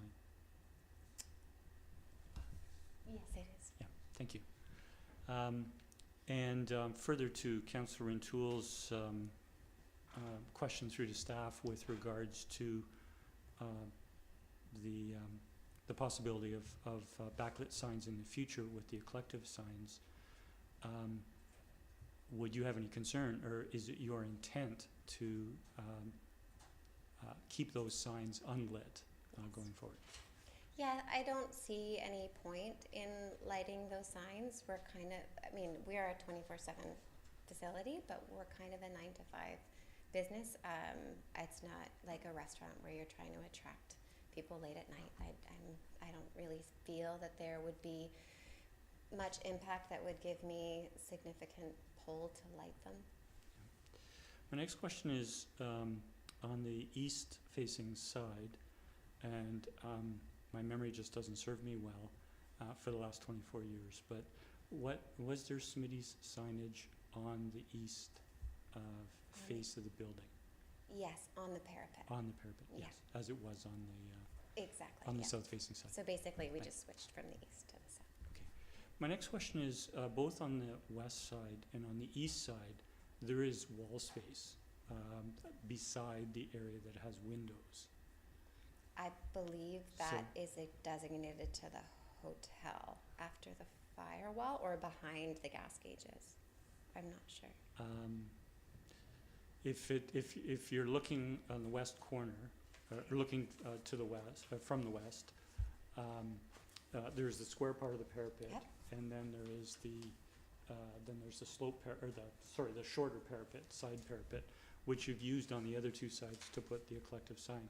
But it's right below that there is wall space that it looks like it might have been part of the wall of Smitty's on the west side. Yes, I believe that the reason why that wasn't considered is because it is where our gauges are, our gas lines are. That's where our fire hydrant is. I believe it's quite a high traffic for And you've brought the landscaping up there as well. Yeah, exactly. On the east side, there is wall space closer to the corner because the windows don't go too far around the corner on the east side. Had you given consideration to signage on that wall? Where it To sort the of left, deeks into to the the left new of the door, garden? to the left, between the doors Mhm. into Eclective and the windows that are on the east corner. You'll have to point this to me because I'm Actually, this slide, Is it here that you're talking about? between those two sets of windows, Oh, here. This is quite a large overhang, and this is, because this is built up, this is quite low. So I'm still not sure that this would,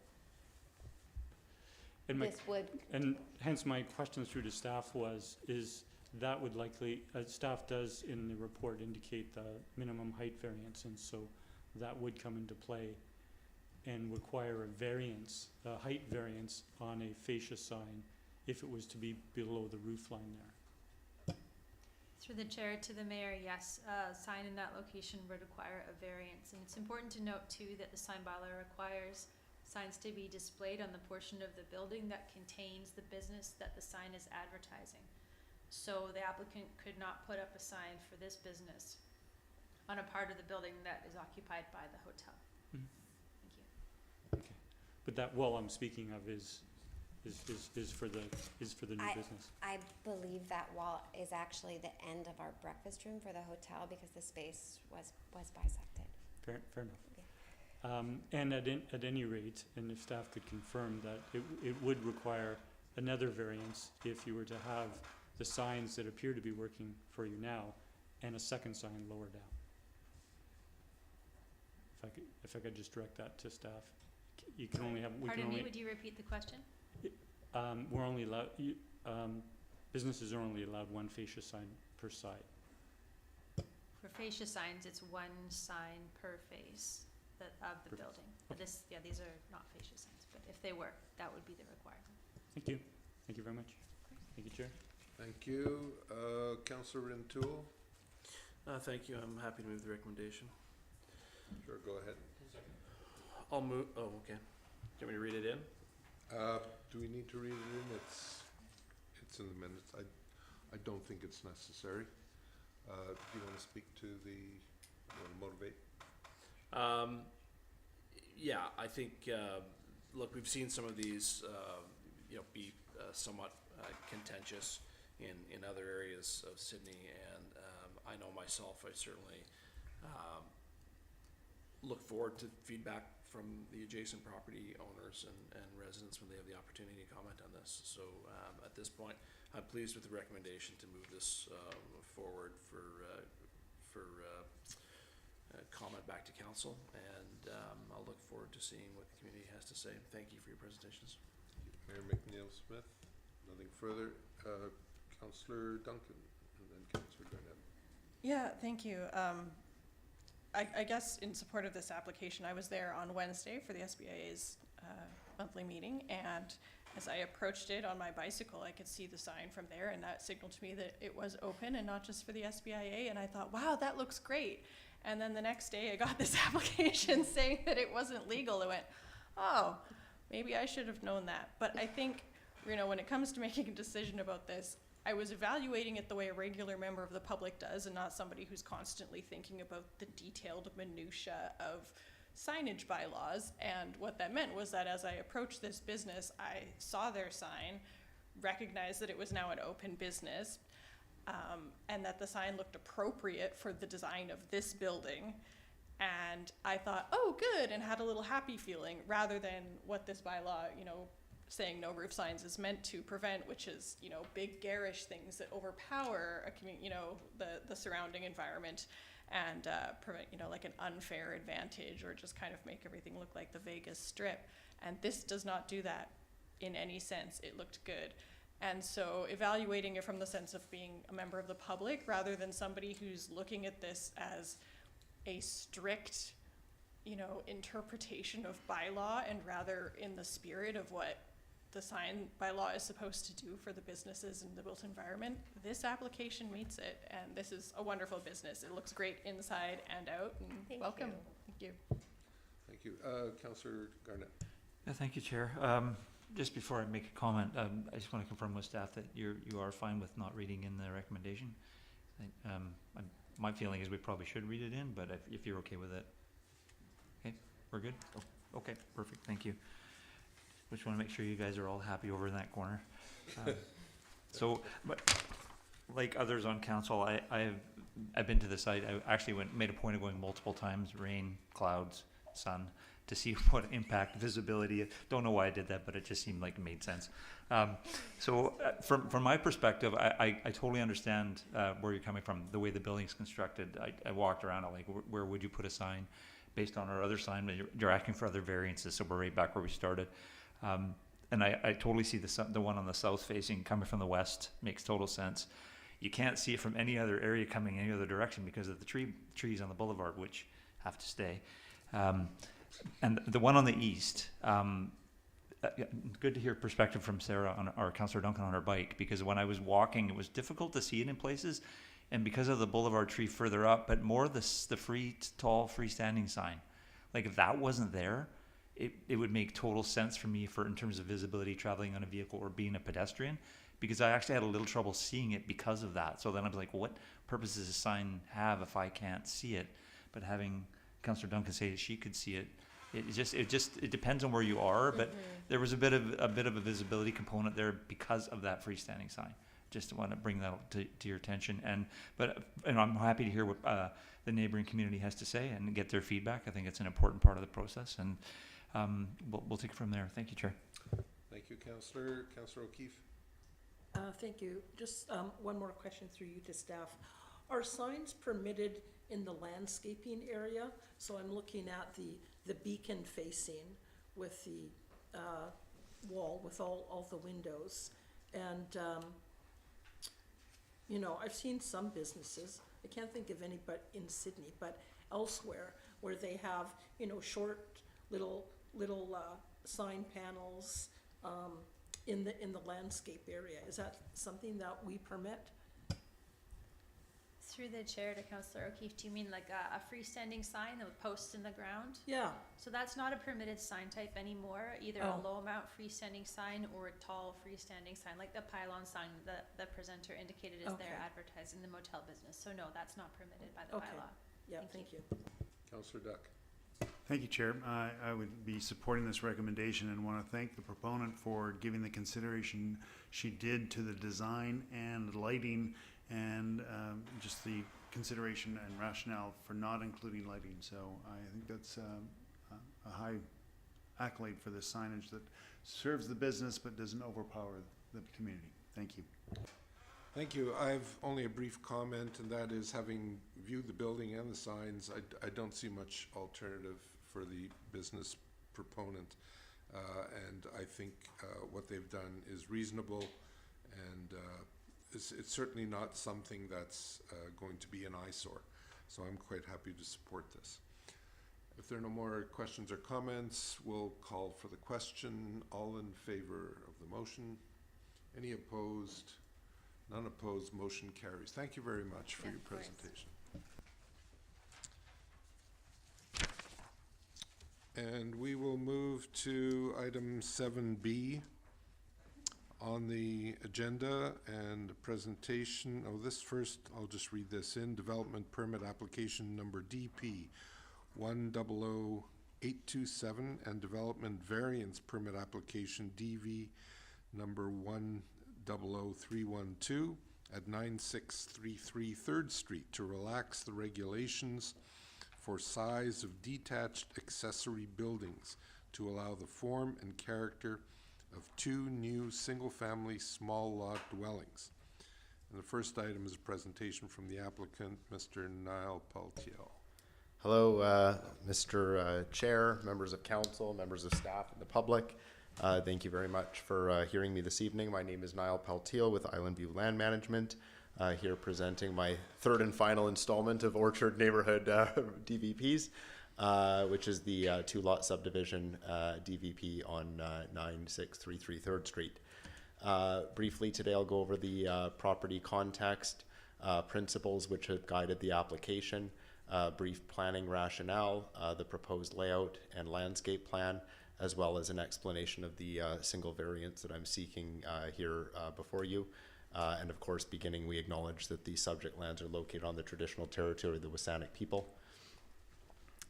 So the property address, 9633, it is the typical kind of standard lot size here within this subdivision of 511 meters squared, or about 5,500 square feet. The zoning is R1 intensive ground-oriented residential, and it is within the 2040 OCP designation of intensive neighborhood residential.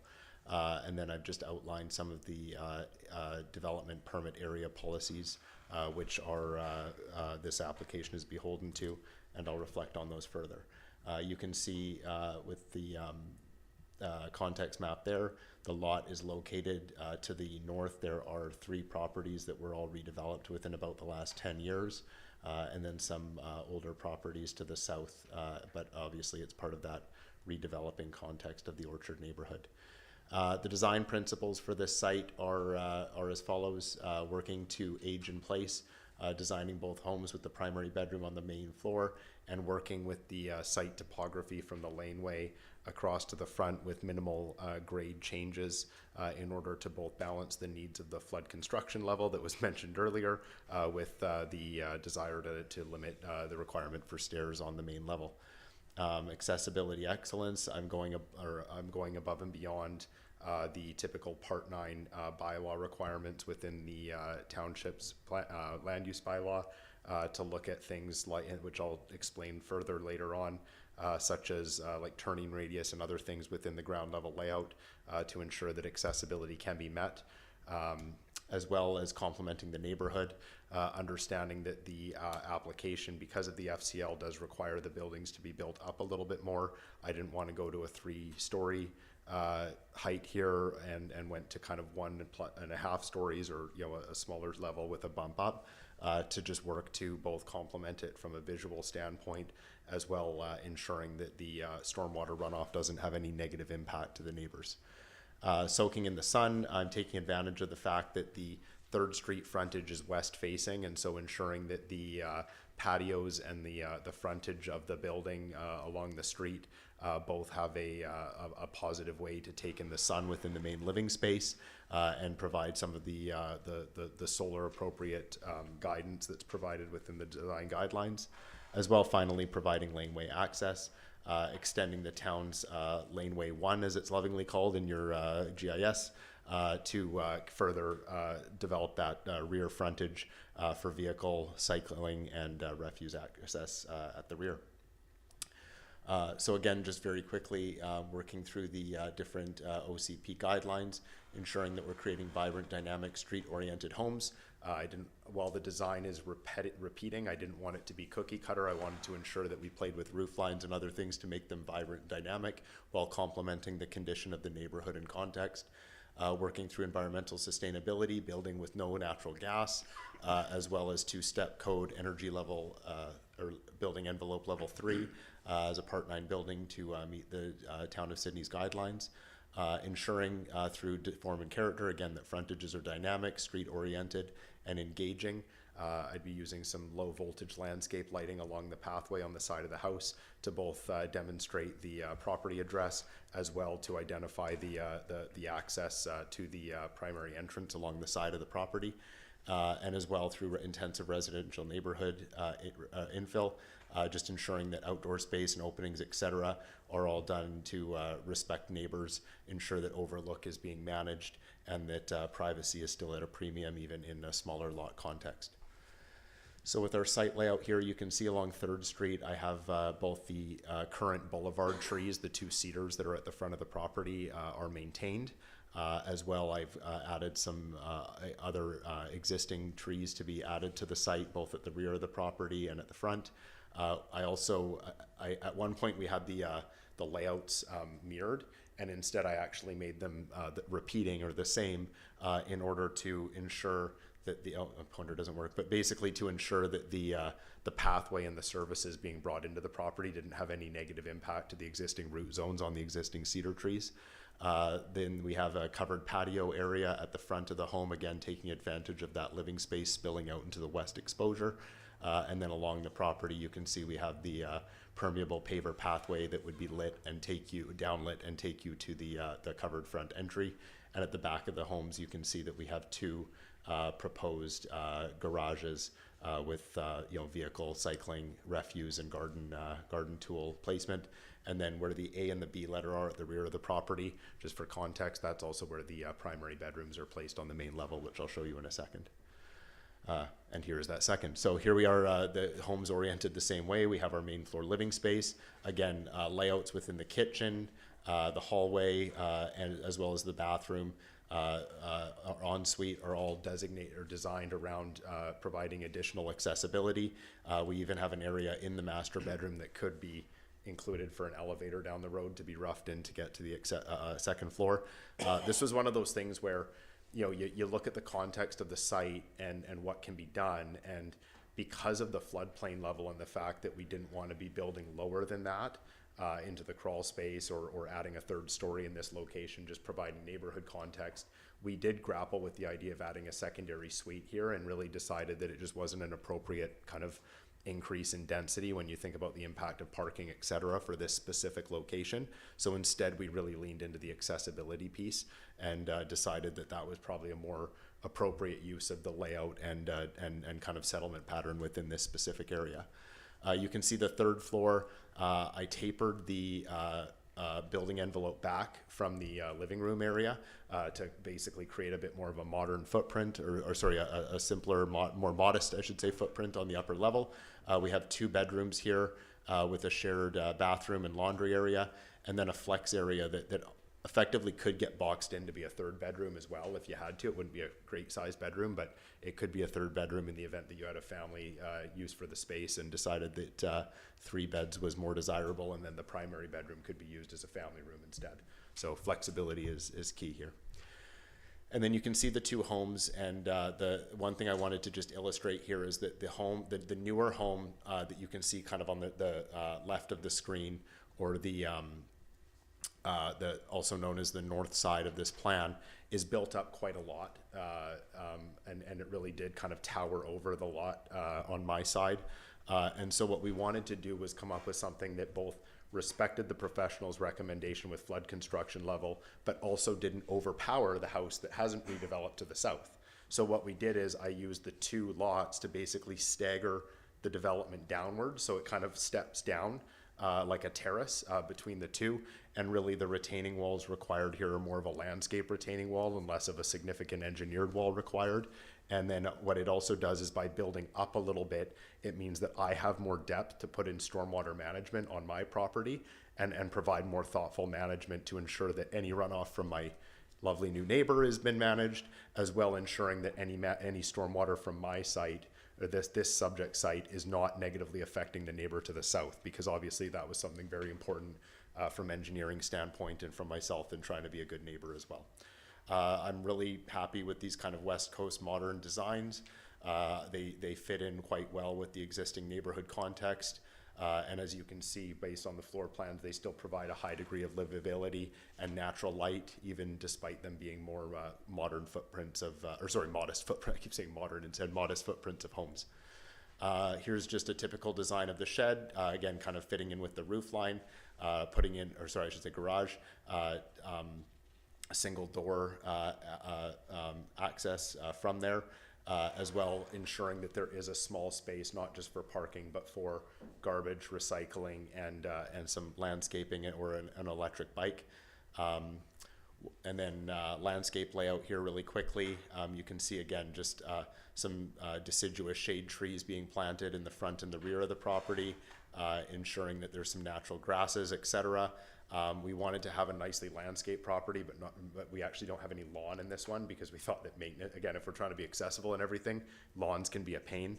And so having something that's a little bit lower maintenance and drought resistant would be more preferable. Nice covered patio area with shade, as well permeable pavers and decent fence screening. One thing I did think of, because I know that permeability and stormwater management is a priority of the district. Currently along the non-front access of the property, so that if both of the properties have a formal entryway on the north side, I did think that if council wanted to see me adding permeability, I would imagine that the pavers that I have outlined there on the south side of the property could be replaced with more of a naturalized rain garden or something like that, if council did want to see an increase to that. Or if that was something that APC reflected on. Either way, I think that the pea gravel and pavers that we have here now is a viable solution here, and our engineers agree with it. But obviously, if council wanted to see an increase, that was one area that I thought we could make an improvement. And then just to touch on the variance quickly, again, much similar to the Orchard Avenue fourplex that I brought before council, is, with the zoning bylaw changing and allowing 3 stories, it really makes us have to debate whether we go up or we go out in some of these. It's important to note I'm not taking down a single tree in this application, and in going out and adding a little bit of surface area at the back, what it's providing is a covered, secure, temperature-controlled garage. Some of the reasons we like those is it maintains the building at 2 stories as opposed to 3. It promotes greater site permeability and sun exposure because the rear level, it allows that lighting into the primary bedroom as opposed to adding this to the building envelope and cutting that down at the rear. Provide covered, secure bike storage and e-bike charging storage with access from the laneway, yard maintenance storage, but also, as this would be a garage that would be housing an electric vehicle. We also know that electric vehicles last far longer and their batteries last longer when they are charged in a temperature controlled environment. So reverting to a covered permeable patio pad as opposed to a covered garage, it's certainly doable here if the variance was not supported, but ultimately I do feel that this design, being that these garages are quite modest, is encouraging of that, and then again, it also prevents me from proposing a 3-story building, which I don't think makes sense in this location. A couple things before I finish. Again, I believe it's a low impact design that's thoughtfully placed to address and respond to and enhance the existing neighborhood. And one thing I just also wanted to touch on was this property, and it's something that I put in my rationale letter but didn't include in this presentation. This property, I'll be kind and just say it was a bit of a troubled property within the town of Sydney. There were a lot of police calls to this property, and it definitely invited some unfriendly folks throughout the years. A few of the neighbors were quite happy to see when it was actually a fire on Christmas Eve last year that ended with this house being burned and deemed structurally unsafe. And this property did previously, again, before I owned it, produce substances that would not be welcomed in the town of Sydney or any other community in the province.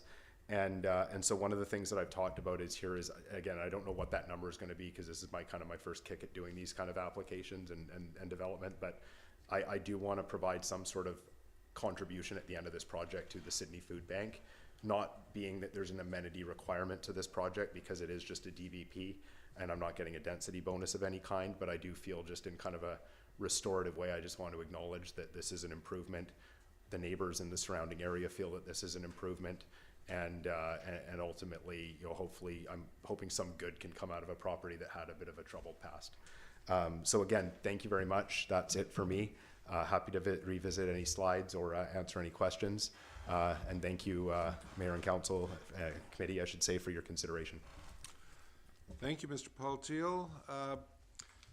Next item is public participation. I don't see anyone in the gallery other than Mr. Calvely, and I'm not sure if he's going to be presenting. I didn't think so. But I will go through the motion and make the call to see if there's anybody who wishes to present for this. And the second time, and the third time, and there is nobody hiding under the chairs. Good. And I think, much like the previous item on the agenda, I'll ask Ms. Verhagen to produce her report, and then we'll go to the committee for questions of either staff or the proponent. Thank you. Through the chair, as was indicated, this is an application for a development permit for the form and character of 2 small lot single-family houses and a variance request to increase the maximum area of the rear yard that can be taken up with an accessory building. I believe all the information is contained in the report, and I'd be happy to answer any questions. Just one point of clarification from the speaker's presentation. Whether or not that detached accessory building in the backyard is an enclosed garage or just a covered carport, it does count as a structure and was subject to the same requirement about how much of the backyard it can take up. The only way to not have that variance required would be to remove it altogether and have it just be a driveway in the backyard, or to attach it to the house and have it be part of the dwelling. Okay, thank you. Okay. Thank you, Ms. Verhagen. And we'll go to committee for questions. We'll start with Councillor Garnett and then Councillor Duck. Thank you, Chair. Stefan. Thank you, Mr. Pelletier, for your presentation and your patience for having to wait till the last item of the night. So when reading your submission letter and appreciating that was done at the end of June, and so you probably have had conversations with staff from now till then, with regards to the trees, it's mentioned in here, all boulevard trees are protected as part of the application. It's unique in that there's not a single tree affected by the design, and then the civil servicing mentions that the arborist has surveyed the locations of the boulevard trees and does not anticipate any challenges in servicing the proposed homes while protecting the existing cedar tree root zones. And when I read the staff report, they're saying they acknowledge that approval of the design would directly impact and require the removal of one of the boulevard trees due to the proposed change in grade and location of servicing. I guess I'm just looking for some kind of clarity on the inconsistency on both of those. Yeah, it still is the intent of this application to maintain the cedar trees within the boulevard. I in fact think that they enhance the neighborhood and the specific homes. It is the fact though that there is going to be a designed rock pit required as a kind of a minimum to manage stormwater on the site.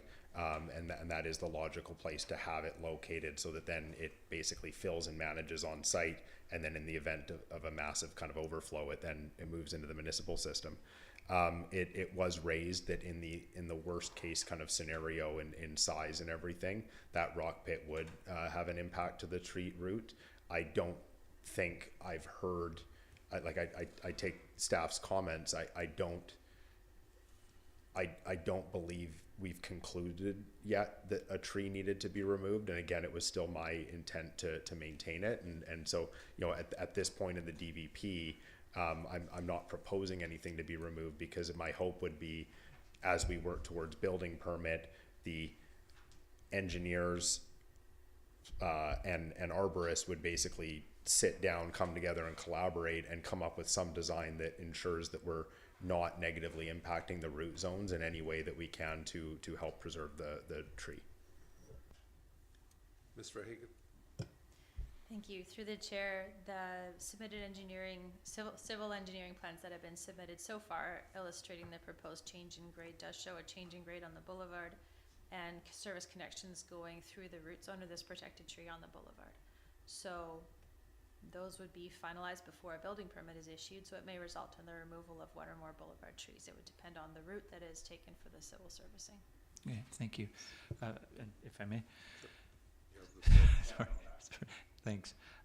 So your first slide showed a picture that was one of my questions, because when I was looking at the overall site pictures in terms of the retaining wall and the fence to the north and the one you're proposing to the south, I couldn't see anywhere if there was a fence that was separating the two homes. And your first picture kind of showed a low one, but the actual plans I have don't show whether that's going to be. That's a rendering. That's just a pretty picture I had. Someone tried it. Sorry. That's just a pretty picture. No.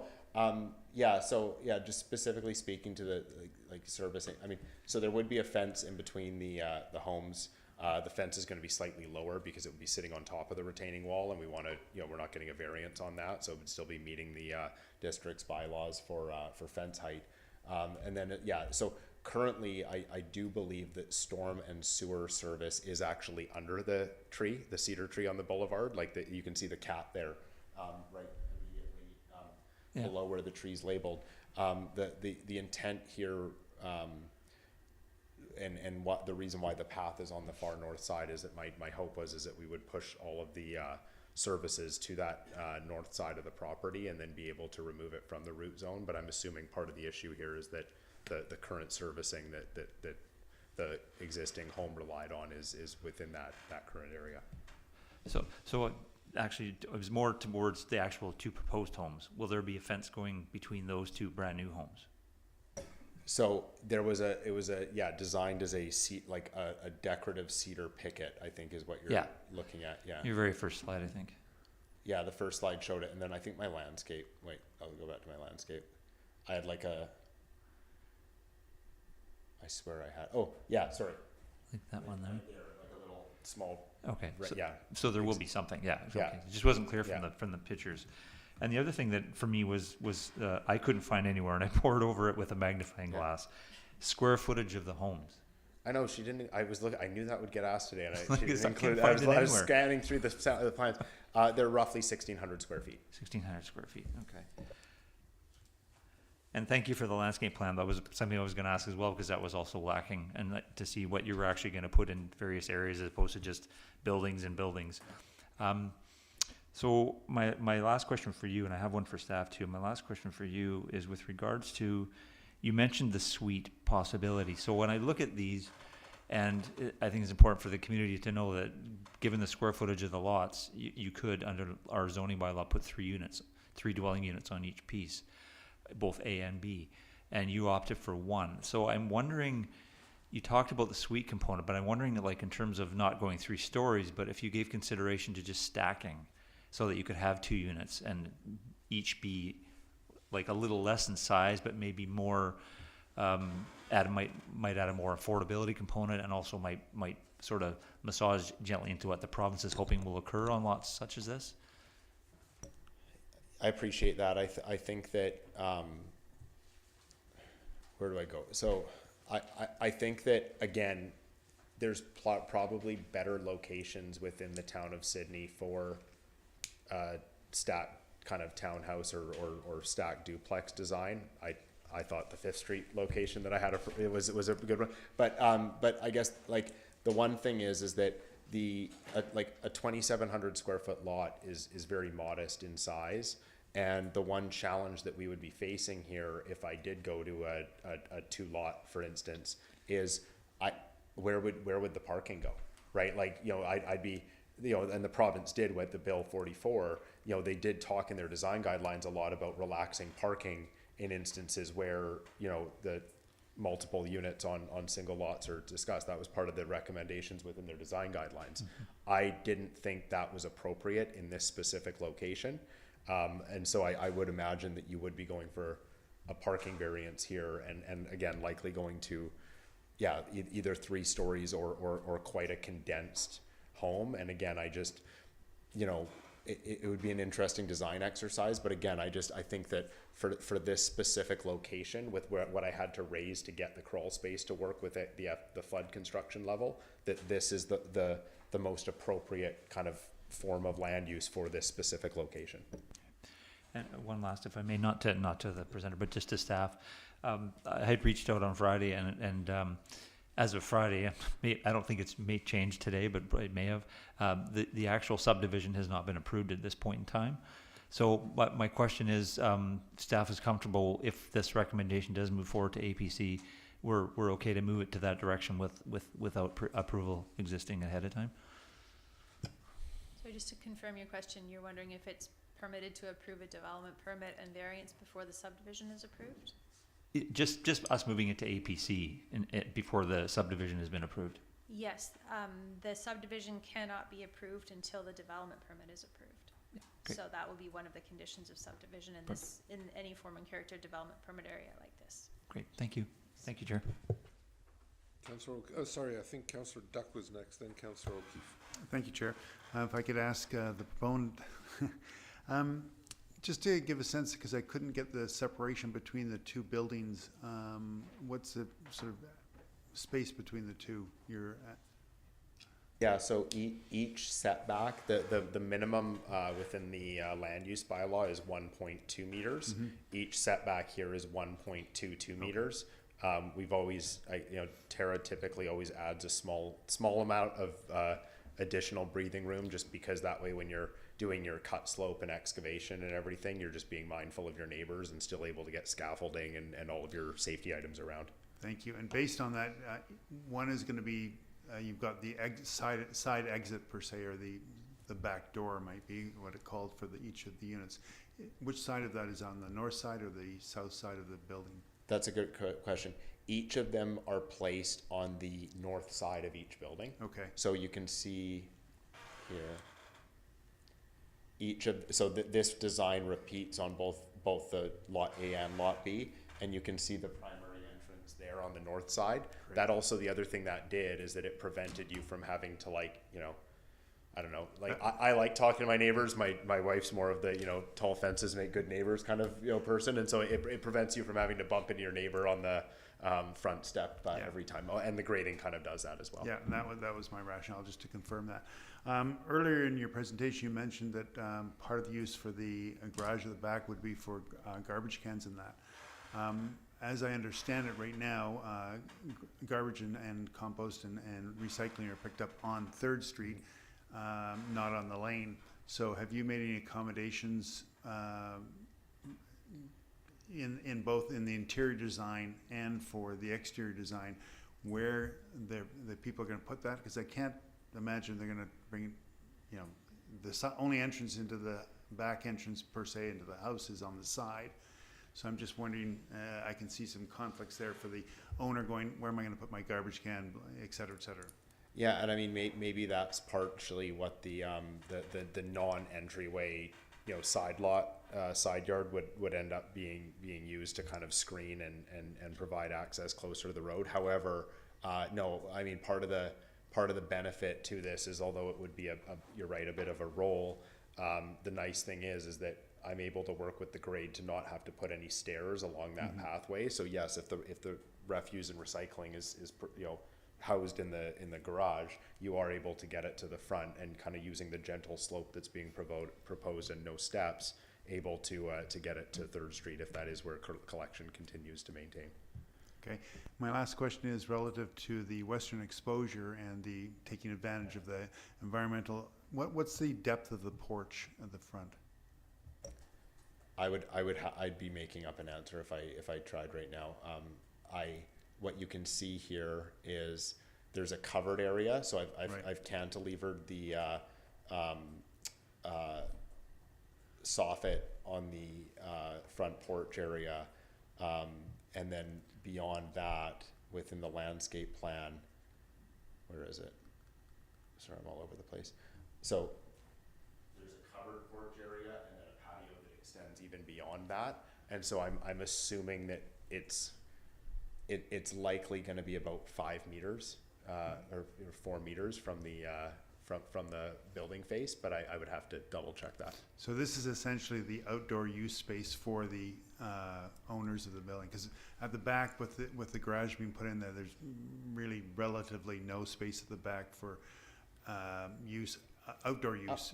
Yes and no. I mean, I think that adjacent to the garage there, you're like, there is a sliding door proposed in the primary bedroom.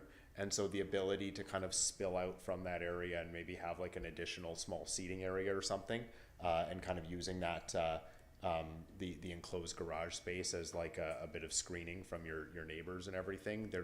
There was certainly an idea that could be an additional space that people would be able to use and enjoy as well on the east side. Okay, thank you. Thank you, Chair. Councillor O'Keefe. Thank you. Thanks for the presentation. A couple things. So first of all, so this, you mentioned the space between the two buildings is going to be compact. So is that pretty well?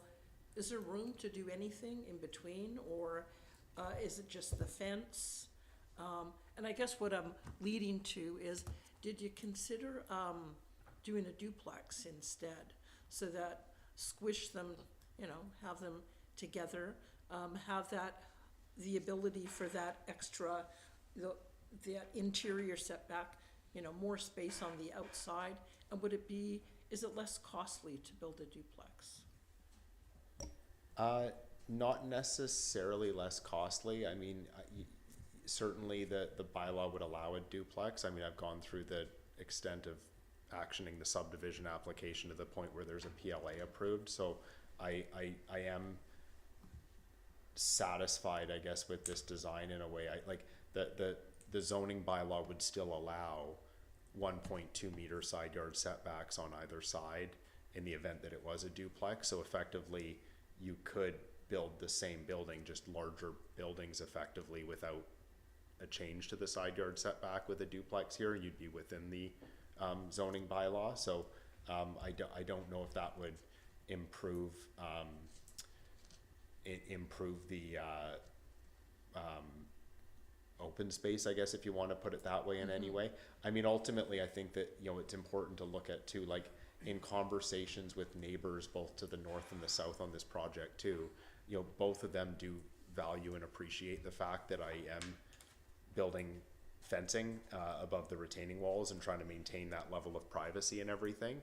And so I don't think that in a side yard setback, when the expectation is that you're gonna have a large fence there, that it's necessarily like you're not gonna get the most highest and best landscaping quality in the world within that area, because the shade provided by the fence is gonna be that it's, you know, you're really limited in the quality of green space that you're providing there. So I don't think that the side yard in the R13, you know, intensive residential zone is really where you're going to get a lot of lush green space necessarily. I think that's where we're looking to the front and the rear of the lot to get that. Okay, that's all, thanks. Councillor Duncan. Thank you. And apologies to staff if this actually requires some knowledge that I didn't think of it before I heard Councillor Garnett's questions about the suiting. With these detached garages, we've had one application, at least in my tenure on council, where they made this into a carriage house, something like this. And I don't know if this is large enough, but I think it's zoned for it. And I guess Sorry, is that the question? I guess that would be a question. I mean, Mr. Patel said he's been looking at the zoning here. I don't know if he knew it offhand or if you do. So to either of you who had that information offhand, whether those could be retrofit. So through the chair to Councillor Duncan, yes, the zone allows up to 3 dwelling units on lots, the proposed size, the small lot size, up to 4 dwelling units on the existing lot size of 9633 3rd. So potentially, this detached garage could be converted to a dwelling unit. However, that takes over the required parking space for the dwelling. So adding a second dwelling unit means there need to be 2 parking spaces on the property. Right. Thank And this is kind of one of those things where I'm just like, how are they doing it in Vancouver? They don't have more parking. I'm guessing they're waiving the parking requirements. Okay. Yeah, Vancouver has different parking requirements, which are a lot less than Sydney's. Okay. Because I was going to say, if that was one of those things, and you know, the developer's been looking at suiting potentials in the future that, you know, putting in sewerage and kitchen connections, those things cost a lot of money to do as retrofit, but could potentially be cheaper to do up front. But if it's going to be something that wouldn't be used, that adds a lot to construction costs that we probably can't afford right now. But I just wanted to kind of bring that up, ask that question to kind of throw that out there as a potential for this place. So. Yeah, and I would just say too, like when you just kind of using your our plain eye kind of looking at it right now, you could also see that likely the trees being proposed at the rear and the landscaping, as well as like I think that you'd be wiggling the envelopes of those garages and getting a variance on the setbacks adjacent to the neighbor lots in order to fit the potential future parking stalls that would come with that potential dwelling. So it's not outside of the realm of possibility. It's just it would take a lot of foresight and planning today to maneuver that into a current zoning bylaw for a future build. Okay. Oh, thank you. Anybody else? Mayor McNeil-Smith. Thank you, Chair. Thank you for the presentation. Thank you. I can see the rationale. You provided very detailed rationale in our agenda package and then highlighted it during your presentation for this particular design, which visually has some appeal and looks very functional.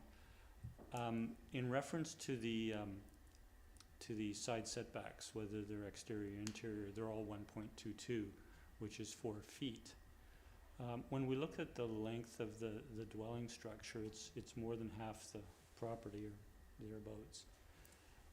And so what we're looking at those interior and exterior side setbacks, each being 4 feet the length of the building. Through my calculation of the front yard setback being 4.6 meters and the width of the property being 7.62 meters, converting that to square feet, which is just something I appreciate better, it's 380 square feet. That's not a lot of space for a front yard. The rear yard after the garage with the variance requested is 275 square feet of outdoor living area. So that's not a large space area either. I didn't take the time to make the calculation of what all that side interior and exterior side setback space is, but it's going to add up to a lot. It's going to add up to hundreds. Was consideration given, I mean, through a previous question, in terms of a duplex, If a duplex, you could still maintain the 4-foot setbacks and have larger buildings. But if you had these buildings in a duplex format, and if the buildings were shorter, you would actually be adding potentially hundreds of square feet of outdoor space with the same 1,600 square foot, by reducing the reducing the side setbacks and shifting the area to the front or the rear yard. Does any of that make sense? Yeah, I guess I appreciate the exercise in that it's just when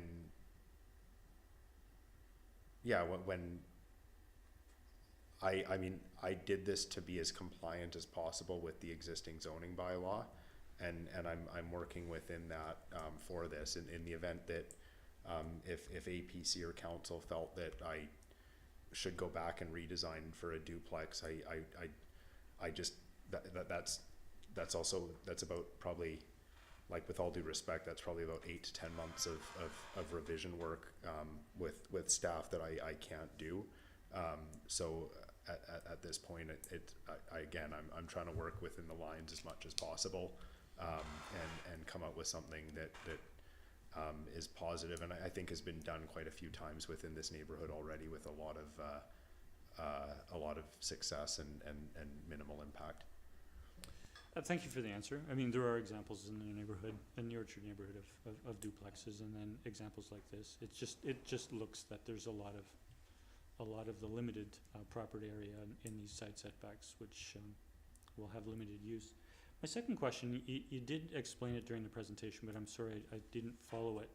You made reference to the orientation of the side doorways, both being on the north, and that you gave consideration to this south property having it on the south side. Is there a can you explain that rationale for having? Yeah, it was just very simply put, it was I guess twofold. One, I didn't want to necessarily, because the retaining wall is going to be slightly higher on the south side, I didn't necessarily want to have, like, the new residences when you go up to your front door overlooking into the neighboring property. So it was slightly out of just kind of respect from that, for the existing neighbor. And then the second piece was, I would imagine, because you are, and again, I'm getting into a bit of BP detail here, but like, as you're digging up the, like a corridor for servicing the property from a civil standpoint, I thought that doing it over the path would make a lot of sense. And again, I thought that doing it away from the existing cedar tree would also make sense, and just trying to minimize that impact and everything. So my thought was, by pushing the pathway to the north side and my civil servicing to the north side, I'm just removing potential conflict with that existing tree in the area. So that was the other reason for that. Okay, no, thank you for covering that rationale again. My next question is the height of the crawl space. What is the height? Sorry, if the number is there, I'm sorry, I just couldn't. It's 4 feet. It's 4 feet? Okay. Here, I think it's actually shown on the, there it is there. I'm sure it's. They're called a cellar, but. Okay. And sorry, this question is not intending to question the engineer's flood control report. That's not our purview to do that. But where the ground floor of the residence, not the crawl space, where is that relative to the engineer's FCL? Oh, I would have to look. I actually think we are still slightly below the FCL in this, just because, again, it is right in the throes of the plane. But basically, it was felt by the engineer that it was still in a, like, with the other mitigating factors for stormwater, it would still be in an area supportable based on his review with RISIC. Thank you for taking my questions. My next question, Chair, is through to staff, and that is, while this doesn't have reference to committee making a decision to refer to APC, in going down this section of the street of this block at different times of the day, dinner time or later in the evening, virtually every property has one or two additional vehicles on the boulevard. And there are three types of boulevard. There are grass boulevards, there are gravel boulevards, and there are paved boulevards. I can ask the questions offline about how they became graveled or paved boulevards. But it's a fairly large boulevard area. I think it's 6.3 meters or something to that effect. And I realize that this is within the staff's purview at such time that the development is going forward. But can staff remind us how the decision is made? Is there OCP guidance in terms of how that boulevard area is utilized? Thank you. Through the chair to the mayor, the finish of the boulevards is required through the subdivision process, and the requirements for boulevard treatment are set through the subdivision and development bylaw schedules. So they're reviewed through a civil engineering plan and approved by the town's engineering staff at an operational level. So sometimes people change their boulevard over the decades that they own their house. Ideally, they come in and talk to engineering staff before they make changes on public land in front of their house. So with this development, the applicant is required to submit a civil engineering plan as part of the subdivision process. And that civil plan will show what surface treatment is proposed on the boulevard. And town engineering staff will work with that civil engineer to get to a approvable plan for how to finish the boulevard there. And as I said, the requirements are set out in the town subdivision and development bylaw. Thank you for that. Thank you, Chair. Thank you, Mayor. And Councillor Rintoul. I'm happy to do the recommendation if you're ready, Chair. Yes, please go ahead. Okay, we don't need to read it in again if our staff is happy with that. Would you like to motivate, Councillor? Yeah, thank you, Chair. I would just say that I'm happy to see APC look at this project and provide their insight. Personally, I like the proposal that's before us. I like the subdivision, process for this particular property. There's pros and cons, and people suggested duplex, but not everyone is endeared by a common wall between residences either. And so I like that these are two independent homes on a subdivided property. There is some sufficient space for a nice outdoor patio area, and that's some 650 plus square feet of yard area. And so I like the project, and I'm happy to see it go to APC. Thank you. Mayor. Thank you, Chair. Similarly, I'm happy to see this go to APC. And I had another comment, which has just escaped me, so I will turn to a colleague and perhaps come back. Thank you. Councillor Garnett. Thank you, Chair. I will support the recommendation. I as well would like to hear what APC's comments are regarding this. I think for me, looking at it, and I was thinking why I asked a question about the extra units, and I was thinking in terms of the provincial legislation, and this is where you can see issues happening on smaller lots. Like, how do you fit 3 units on a lot this big? And where does the parking go if you create 3? Because you're required to have 3 parking spaces. And then again, on top of that, where do you fit green space in? And this is all part of what we're going to have to grapple with in terms of our new zoning bylaw, and with that was handed down parts of it by the provincial legislation in Bill 44. So, I think we're kind of have to learn on the fly here, but a little bit. But it's these are the challenges with these size lots that have sort of been put to us, not necessarily of our own making, but we'll have to deal with them. And I think this proposal is one I'd like to see more green space, but I appreciate the fact that you've offset that by making sure there's a lot of trees around the neighborhood. So, as I said, I'm willing to support. Thank you. Nobody else? Will call the question. All in favor? Any opposed? Motion carries. Thank you very much. Thank you, Mr. Paltiel.